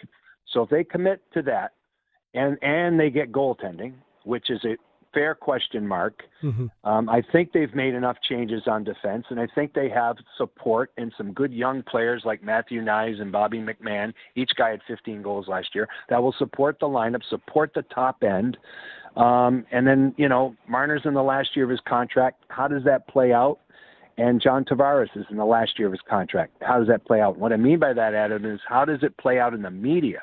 Because the media takes over in that market and controls narratives and controls, whether there's potential distractions or not. So those are the things that I think Craig Berube can really manage. I think he's the perfect coach for the market. He's going to stand there every day. He's going to answer questions. He's going to command respect. If he doesn't like a question, he's going to fire back. And I'm not sure Keefe ever did that. Okay, I think it was pretty political over the years until he would snap in the playoffs. So The regular season's going to be really important for the Maple Leafs. I like their team. I think they're going to be good. The real quick about the Devils before we move to this team that's going to open up the season tomorrow night. My only question about them, because I think that top to bottom they might have the best roster in the Eastern Conference, is Jacob Markstrom, Jake Allen in goal. I know it's better than last year, significantly better because it was so bad last year. But Markstrom in his career has been, it's been up and down. And I think he has been more good than exceptional at any point in his career. He certainly had some good years, but he has had a lot of years that are just kind of okay. And I think that it's hard to win a Stanley Cup with just okay. I totally agree. And by saying that they're breakthrough, I just think they vastly improve on what they rolled out last year. Mm-hmm. And they have to stay injury-free, and Jack Hughes has to be more durable than he's been. So I think they make it. I think they make the playoffs. The best goaltender is Igor Shesterkin. We're not going to make any mistake about that. Just ask him. And well, then that's okay. They can do whatever they want to do. The goalie market is changing. The salary cap is going north. So these things will happen. But I have the Rangers as the Eastern winner. Okay. And I know that's going to bother people in this market, but that's okay. I'll get through that. But anyway, I really like and this might be their last kick. Is it going to be enough? But they're right there. They're very similar where the Canes were last year at this time with the previous group. That was the group to win. And we'll see how this team performs, the Hurricanes. But I really like the Rangers again. I think they're gonna go, and they're still injured. They're starting the season without Ryan Lindgren on defense. Mm-hmm. So you know what? When they get the full complement back and Shesterkin's situation put to bed, and even if it isn't, he's going to play for a contract. That's the kind of guy you want playing for a contract. So we'll see where it goes. Turning down $11 million a year that's next level. All right, to the Carolina Hurricanes. I mentioned we talked to Greg Wyshynski yesterday. He picks the Hurricanes to miss the playoffs. I actually think they're the third best team behind the Devils and the Rangers in the Metropolitan Division. I like them better than the Islanders. I think Washington could be interesting, but I think that we might just see three teams from the Metropolitan Division get in because I think there's a lot more questions of good teams in the Atlantic Division. I just think their style of play, the way they go about their business, is conducive to winning a lot of games. I think they'll make the playoffs, but I think they're as good as Necas and Svechnikov improve, as good as the defense can maybe not be dramatically worse than it was a year ago, and Pyotr Kochetkov and Freddie Anderson. I believe they're a playoff team. And by saying that, it's interesting where this goes. For me, the challenge for this team is going to be how they handle being that. And you know what? Being a playoff team in the NHL is a compliment. Yeah. It's hard to make the playoffs. So if you're talking about teams that you feel can make the playoffs right now, then that's a good thing. But the Hurricanes and the core of that group are coming off 6 years of exceptional play, of dominant play in the regular season. And, a couple of years where, it was potentially deep to the third round, and other years where not as deep as it should have gone. So my point here is this. If the Canes play with a burr, if Rod can get them to play to their talents, which I think is a given, but play with less arrogance. And I don't mean that to disparage them. What I mean is I think they're pretty arrogant about their style and how they can roll out there and just win. I don't think it's going to be easy. And I think there's going to be a push from Philadelphia and Washington and maybe the Islanders. It's a push. Is it going to be good enough? I don't think so, but we don't know so. And last year we knew so. Last year we're talking about the Canes winning the division and winning the Stanley Cup. Right. It's not fair to say they can win the Stanley Cup this year, and that's not a knock. It's just a fact, in my opinion. So I think it's a fact they can make the playoffs, and they can do it, and maybe do it differently. because to me, that's the only thing holding him back. Is you got to really – Aho's got another level in his game. Yep. He's got another level in his game. He can get there. He has the abilities. There's no question about it. But he's got another level of compete that was there early in his career when I was still doing this. And I think over time has kind of, for whatever reason, gone away till when you ask for it in the postseason, it's not there. Same with Natchez and the same with Svetch. He's got to clean his game up. He's got to stay out of the penalty box. He's got to play hard-nosed north and south hockey and forget everything else. But, you know, arrogance creeps into a hockey player's mindset when they think they're better than the other side, which is fair when you have more talent, when you're used to winning, because with winning comes arrogance. If you go back to the 80s and the old Edmonton Oilers, that's how they did it. But you know what? If it's held in check and they can use it as motivation, then they're going to get more. And then, to your point, Gostisbehere, Walker replacements, how do they fit? How does that work? Orloff a little bit better. Chatfield had a great year last year. Burns is older. You know, what's that going to look like? Slavin is Slavin. Okay, there's your back end. The goalies are good. The goalies, maybe it's Kochetkov who gets to the next level this season. We'll see. It's a good team. It's a very, very good team. But with any kind of faltering and not being able to handle that kind of adversity, who knows? Maybe that's where some pundits feel they might miss. Yeah, fair. There's not as many places to pick up the slack as there was a year ago. There's no Teuvo Teravainen. There's no Steph Nason, right? So, yeah, so it's because I've been saying this all the time. The biggest improvement for the Hurricanes will always come from within. So they need Aho to take even another step forward. Jarvis needs to be the second half of the season. That needs to be the entire season. And we need to see the best of what Martin Necas and Andrei Svechnikov have to offer. If those four guys take steps forward, I think Carolina will be fine in terms of making the playoffs and maybe even a little dangerous. Of course, they'll still need somebody else. And maybe it'll be that kid Jackson Blake, who has played his way onto the roster. He was fun. He was one of their best players in the preseason. That's good, and I think they've drafted well, and it shows. And they show up well in preseason. They show up well in prospect situations, and across the board. So that's all good. But it all has to come together, you know, under the auspices of what they have right now. You know, and that's led by Jordan Stahl, who again isn't getting younger either. You know, he's gonna have to be a heavy, dynamic player, but hopefully he can play to his slot, which would be the 3C. And one player as a gray area we didn't talk about is number 82. Yeah. So Jesperi Kotkaniemi, this is a big season for him. They are counting on him being good. They don't need him to be great. If he wins 54% of his faceoffs and plays well defensively, I think it will be fine. But he's got to at least start at that spot. John Forsland, the best there is. Let's see, Seattle Kraken hockey, Prime Monday in Canada, NHL on TNT, Sports USA Radio, and available for weddings and bar mitzvahs if you need them. And I'm always available to talk to you. I understand. Always. I thank you so much for that. Oh, man, now I want wings. Yes.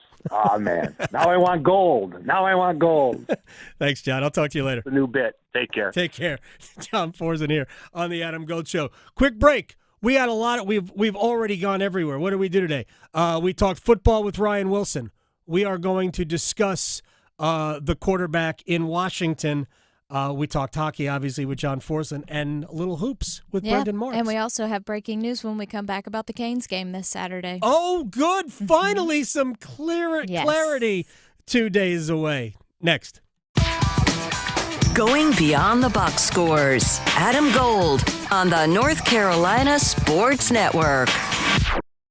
Are you struggling with your Medicare drug costs? The NC Department of Insurance SHIP program may be able to help. The Extra Help and Medicare savings programs are available for those who qualify, but you have to apply. Contact SHIP today to see if you qualify. Visit ncship.com or call toll-free at 855-408-1212. SHIP provides free, unbiased help in all 100 counties. Project supported by grants from the Administration for Community Living. Contents do not necessarily represent official views of, nor an endorsement by ACL, HHS, or the U.S. government. Adam Gold here from my friends at FanDuel, America's #1 sports book. Thursday Night Football means extra fun for you. Why? FanDuel Squares. Squares? Wait. That's right. It's the old Super Bowl game you play every year and you never win.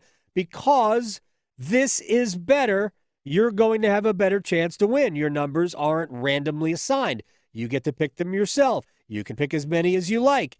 And you get to see the odds beforehand. And you can bet them live during the game. What are you waiting for? FanDuel.com/AGS.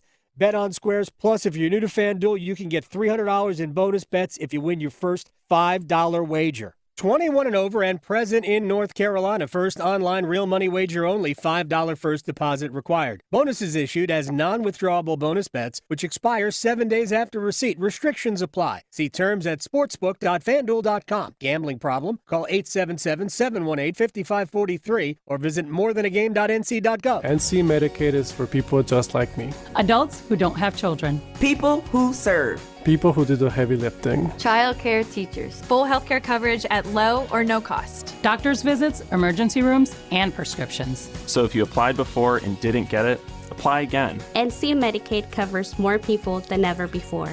Get full healthcare coverage at low cost, no monthly fees, and $4 max copays. NC Medicaid is for more people. See if you qualify at medicaid.nc.gov. NASCAR's Wild Card Weekend. It's a blur, just how it's supposed to be. Wide open weekend, Wild Card Race. The ultimate NASCAR experience. Camping, concerts, tailgating, and an edge-of-your-seat thrill ride in NASCAR's playoffs. Think your driver's making the cut? Good luck.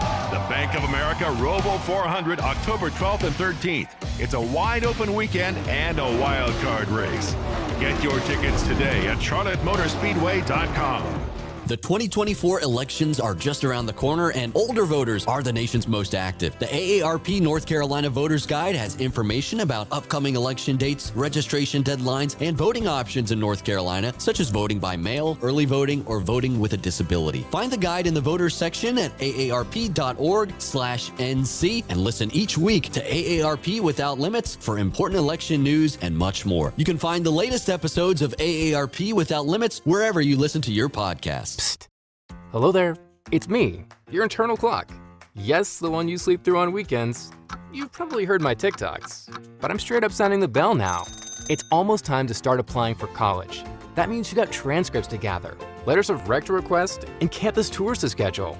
But hey, we've got time, and we've got CFNC. CFNC.org can help us plan, apply, and pay for college. We got this, trust me. Just visit CFNC.org to help us stay on time. If you recently lost health coverage due to a life change, healthcare.gov is here for you. Like it was there for Marcus when he lost his job, and Keisha when she turned 26 and lost her parents' insurance, and Elena when she went off Medicaid. There are many other ways to qualify. Visit healthcare.gov today to see if you're eligible to enroll. Limited time to enroll. Paid for by the U.S. Department of Health and Human Services. This is Adam Gold. And I did have to use two screens at one point, or a couple of points, and I don't like it. I can't watch two games at the same time. A lot going on. I'm sorry. I'm incapable of doing that. Because there were times where, I forgot this other game was on in front of me. Yeah. The Adam Gold Show.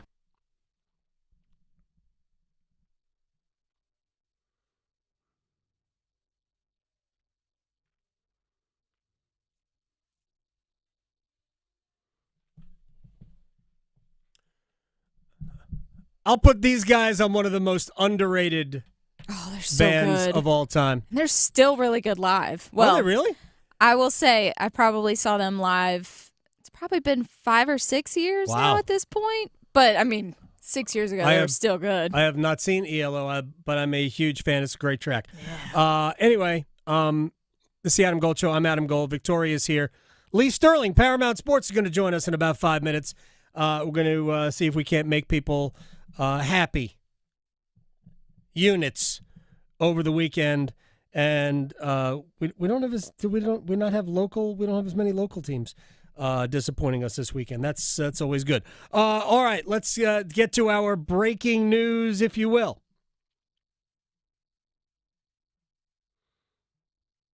Had to look for it. I couldn't find it. Yeah, we don't break a lot of news. We don't. Sometimes. All right, so we talked earlier about the game between the Hurricanes and the Lightning. Not tomorrow night. That's Carolina's home opener. Tampa is already in town for that. But the game at Tampa scheduled for Saturday, which, realistically speaking, we were never going to play. Not there. Where there was some talk, we would play it here, maybe even Sunday morning. What a headache that would be. Headache on a lot of reasons. Obviously, logistically, playing a morning game, nobody's used to it. But the real thing is, does Carolina just take their home game in a late March and shift that to Tampa? Do the Hurricanes make this the second home game? How does that impact the people who had tickets to it? There are just a lot of little inconveniences, and I mentioned this earlier. The best thing to do would be to simply find a spot on the schedule amenable to both teams and play it then. So that's what the NHL is going to do. And officially the statement is that game number 29, because they're numbered, on Saturday, October 12th, between the Tampa Bay Lightning and Carolina Hurricanes at Amalie Arena has been postponed amid recovery efforts in the Tampa Bay area from the impact of Hurricane Milton. Makeup date will be announced as soon as it can be confirmed. I was looking at spots on the schedule, and obviously I did this in a 4-minute span of time, so not a great deal of time and effort was put into it. I tried to do it quickly. There is a big gap where the All-Star break would be for the Four Nations tournament this year. Theoretically speaking, the Lightning and Hurricanes could come back from that a day early and play. Theoretically speaking, my guess is no. Interestingly enough, the Hurricanes have a home-and-home with Florida at the end of November, beginning of December. It's like their two games are at the end of November. If you played that game on December 2nd, they're in Florida on November 30th. You could have a day off because the Lightning play back-to-back games on the 29th and 30th. And you could play that game on the 2nd. Tampa's got a 4-day break, which I know Rod Brindamore hates 4-day breaks. I don't know how John Cooper feels about it.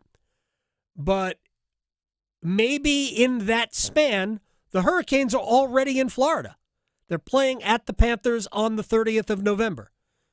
You could stay down there an extra day and a half and play the game on the 2nd of December in Tampa. It would give the Hurricanes another back-to-back, but maybe this is the best way to get this situation taken care of. I don't know. I just threw that out as a suggestion, but there you go. The game Saturday in Tampa will not be played as scheduled because of relief efforts from Hurricane Milton. If you haven't seen what Hurricane Milton brought, holy mackerel.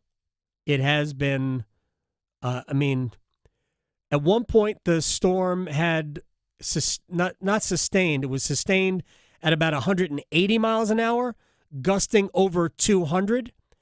And I saw one meteorologist say that it's basically gotten to the point where it's physically impossible to become any stronger. Like, we just don't have a way. There's not enough, energy, heat to make it stronger than it was. And it dumped a ton of rain in the Tampa area. So hopefully everybody is cool. And, we know we're not going to play the game Saturday. So who knows when they're going to play it. But if you were making plans to go watch the game somewhere on Saturday, there is no game on Saturday. The Hurricanes will play Friday, and I think they're off until Tuesday when they will take on the New Jersey Devils. So they start their season with back-to-back home games, albeit separated by 3 days. We'll see if we'll get Brett Pesce in that game. He has not played the first two. We'll see if we get Pesce in that one. I think the Devils play tonight. I haven't seen what their lineup is. But we should get Steph Nason in that game as we welcome in old friends, including our old friend Eric Halla. That's right. Eric Halla is back. So there you go. So the game Saturday postponed because the NHL is doing the right thing. All right, Lee Sterling, Paramount Sports, is joining us here now on the Adam Gold Show. All right, sir. I don't know how things are going with you. I hopefully, by the way, I think you're Florida-based. Hopefully things are okay in your neck of the woods. Yeah, we're down in Miami. We only had winds of like 30 to 40 miles per hour, Adam, so we fared fine, no damage at all. I see a few trees down in the neighborhood, but nothing major. I lost my home in Hurricane Andrew, so I've been through it before, so just want to say a prayer and wish good thoughts for everyone out there. It's like, I think, almost 3 million people without power, so both of our states have been hit real hard the last couple of weeks. Yeah, it is, and like sports always takes a back seat to that. But let's get back to having a little bit of fun. Let's start, if we can do the two local colleges real quick. Okay. Wolfpack are playing Syracuse at home coming up on Saturday night. Syracuse is one of those surprise teams in a good way. NC State is one of those surprise teams in a not so good way. I'm curious. Syracuse, a road favorite of 3.5 points. Thoughts? I think it comes down to quarterback. I think eventually NC State's, I think they found that quarterback. But putting a true freshman quarterback out there is tough. I mean, Syracuse's performance this year have been all over the map. But the Wolfpack, 0-6 against the spread, haven't beaten a Power 4 school. Kyle McCord is really good. I mean, he's played in some big games at Ohio State. I like Syracuse here, 34-27. 34-20. Look, nobody's going to say you're crazy. We've seen the Wolfpack play. Even the two, two of the games they won against lesser competition, they didn't look great in doing it. And North Carolina is also a home underdog. This, to me, is a lot more understandable. Georgia Tech looks like a really good football team, and North Carolina has not resembled one in quite some time. Yellow Jackets are 4-point favorites. And in both of the covers that Georgia Tech had where they were a favorite, I mean, they had like 2 or 3 plays that if they had gone against them, they would not have covered. So, they're I think, playing with fire here. I love their young quarterback, and it's a transfer from Texas A&M, settled in. Team believes in themselves, have some big-time players. But I think North Carolina's starting to learn, how to play together. They were just, when you lose your starting quarterback week one, that is a really tough draw there. But I saw some positive things there, and I think the defense is getting better by the day, and also got a defensive coordinator that's motivated to win and put up his best effort this weekend. I'm going to call for the upset. Call me crazy. I went against them last week. I had Pitt as one of my big plays.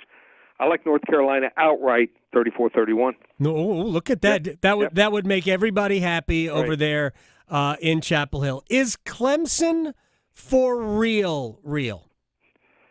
I think that they are. But here's the problem. They're playing, their lines are just starting to get elevated. Right. You can't just play them, based on when – they got to lay 20 points here. And Dave Clawson has covered 7 of the last 10 games. I think this is a sneaky good team getting better. He really coaches up his players here. This line should be like 14 and a half. I have them winning the game here 35-24, but I like Wake Forest plus the points. Yeah, Dave Clawson certainly did a great job last week keeping his team in it. I thought State had finally gotten over on it. They had a 10-point lead in the fourth quarter, and Dave Clawson just kept them in it. He is one of the best coaches, there's no question, certainly in the conference, but he's just a dynamite football coach. Biggest game of the weekend in college is Ohio State venturing to Oregon. I will say out loud, I've said it before, this is the first game Ohio State is playing that they can lose. Right. Will they? I don't know that they will. Now, there is a big trend going on right now in the Big Ten. Teams that are traveling cross-country, 1-7 straight up, 3-5 against the spread. So keep track of that. There's a couple more games, going on. You got Penn State traveling to USC. You got Washington traveling to Iowa. And I think both of those, the right side might be the home team. I'm not so sure here. Oregon played Boise State. Now, Boise State has a Heisman Trophy potential running back. But Ohio State might have the second and third best running backs in the country in Quinshawn Jenkins, who used to be at Ole Miss, and Trevion Henderson. These two guys averaged 6 and 5.5 yards last week against a pretty darn good Iowa front seven. And in that game, Oregon, where they played Boise State, they give up 34 points and no short field touchdowns and 221 rushing yards here. Dan Lanning in the big game, I mean, if you watched the games last year against Washington, did not coach well, started going for it on 4th and 1, 4th and 2 early in the third quarter. Big mistake. I like Ohio State 34-24. Yeah, this is I think Ohio State is one of those teams. Oregon, I remember that game against Boise State, to me a little bit of a red flag. You know how they were bailed out? A lot of people don't remember this in the Oregon game. Oregon had a kick return and a punt return for a touchdown in the second half. Yeah, no, it was not an impressive performance. No. I think it knocked Oregon down. But as I keep telling people, in college football, people have no memory of anything. They only see what record. Oh, what's your record? Doesn't matter who you played. And home field, as we know, is much more important in college than it is in the NFL. No question about it. Yeah. Lee Sterling, Paramount Sports, is joining us here on the Adam Gold Show. Panthers going to get their second win of the season this week? No, I mean, okay. I don't know how. I know one team, but this is the team I know better than anyone in the NFL. We've gotten it right going 4 against them. The one time that they won, we called it. Falcons lost 9-7 last year, and it was painful. I was watching Desmond Ridder, the human anchor, quarterback that game, and they had no idea what they were doing. Now they bring in Kirk Cousins. He actually lost in that game for the Vikings when they played the Panthers. You threw that 99-yard pick six, if people remember that game. I just think they have too many weapons here. They're just too beaten up, Carolina, on the defensive side of the football. Atlanta, they're going to get their first road win by more than 4 points since 21 season, 30-23. All right, final thing for Lee Sterling at Paramount Sports on Twitter, although I think Victoria says there is some USFC fight. If she wants to throw it at you, that's fine. Can both Tampa Bay and New Orleans lose?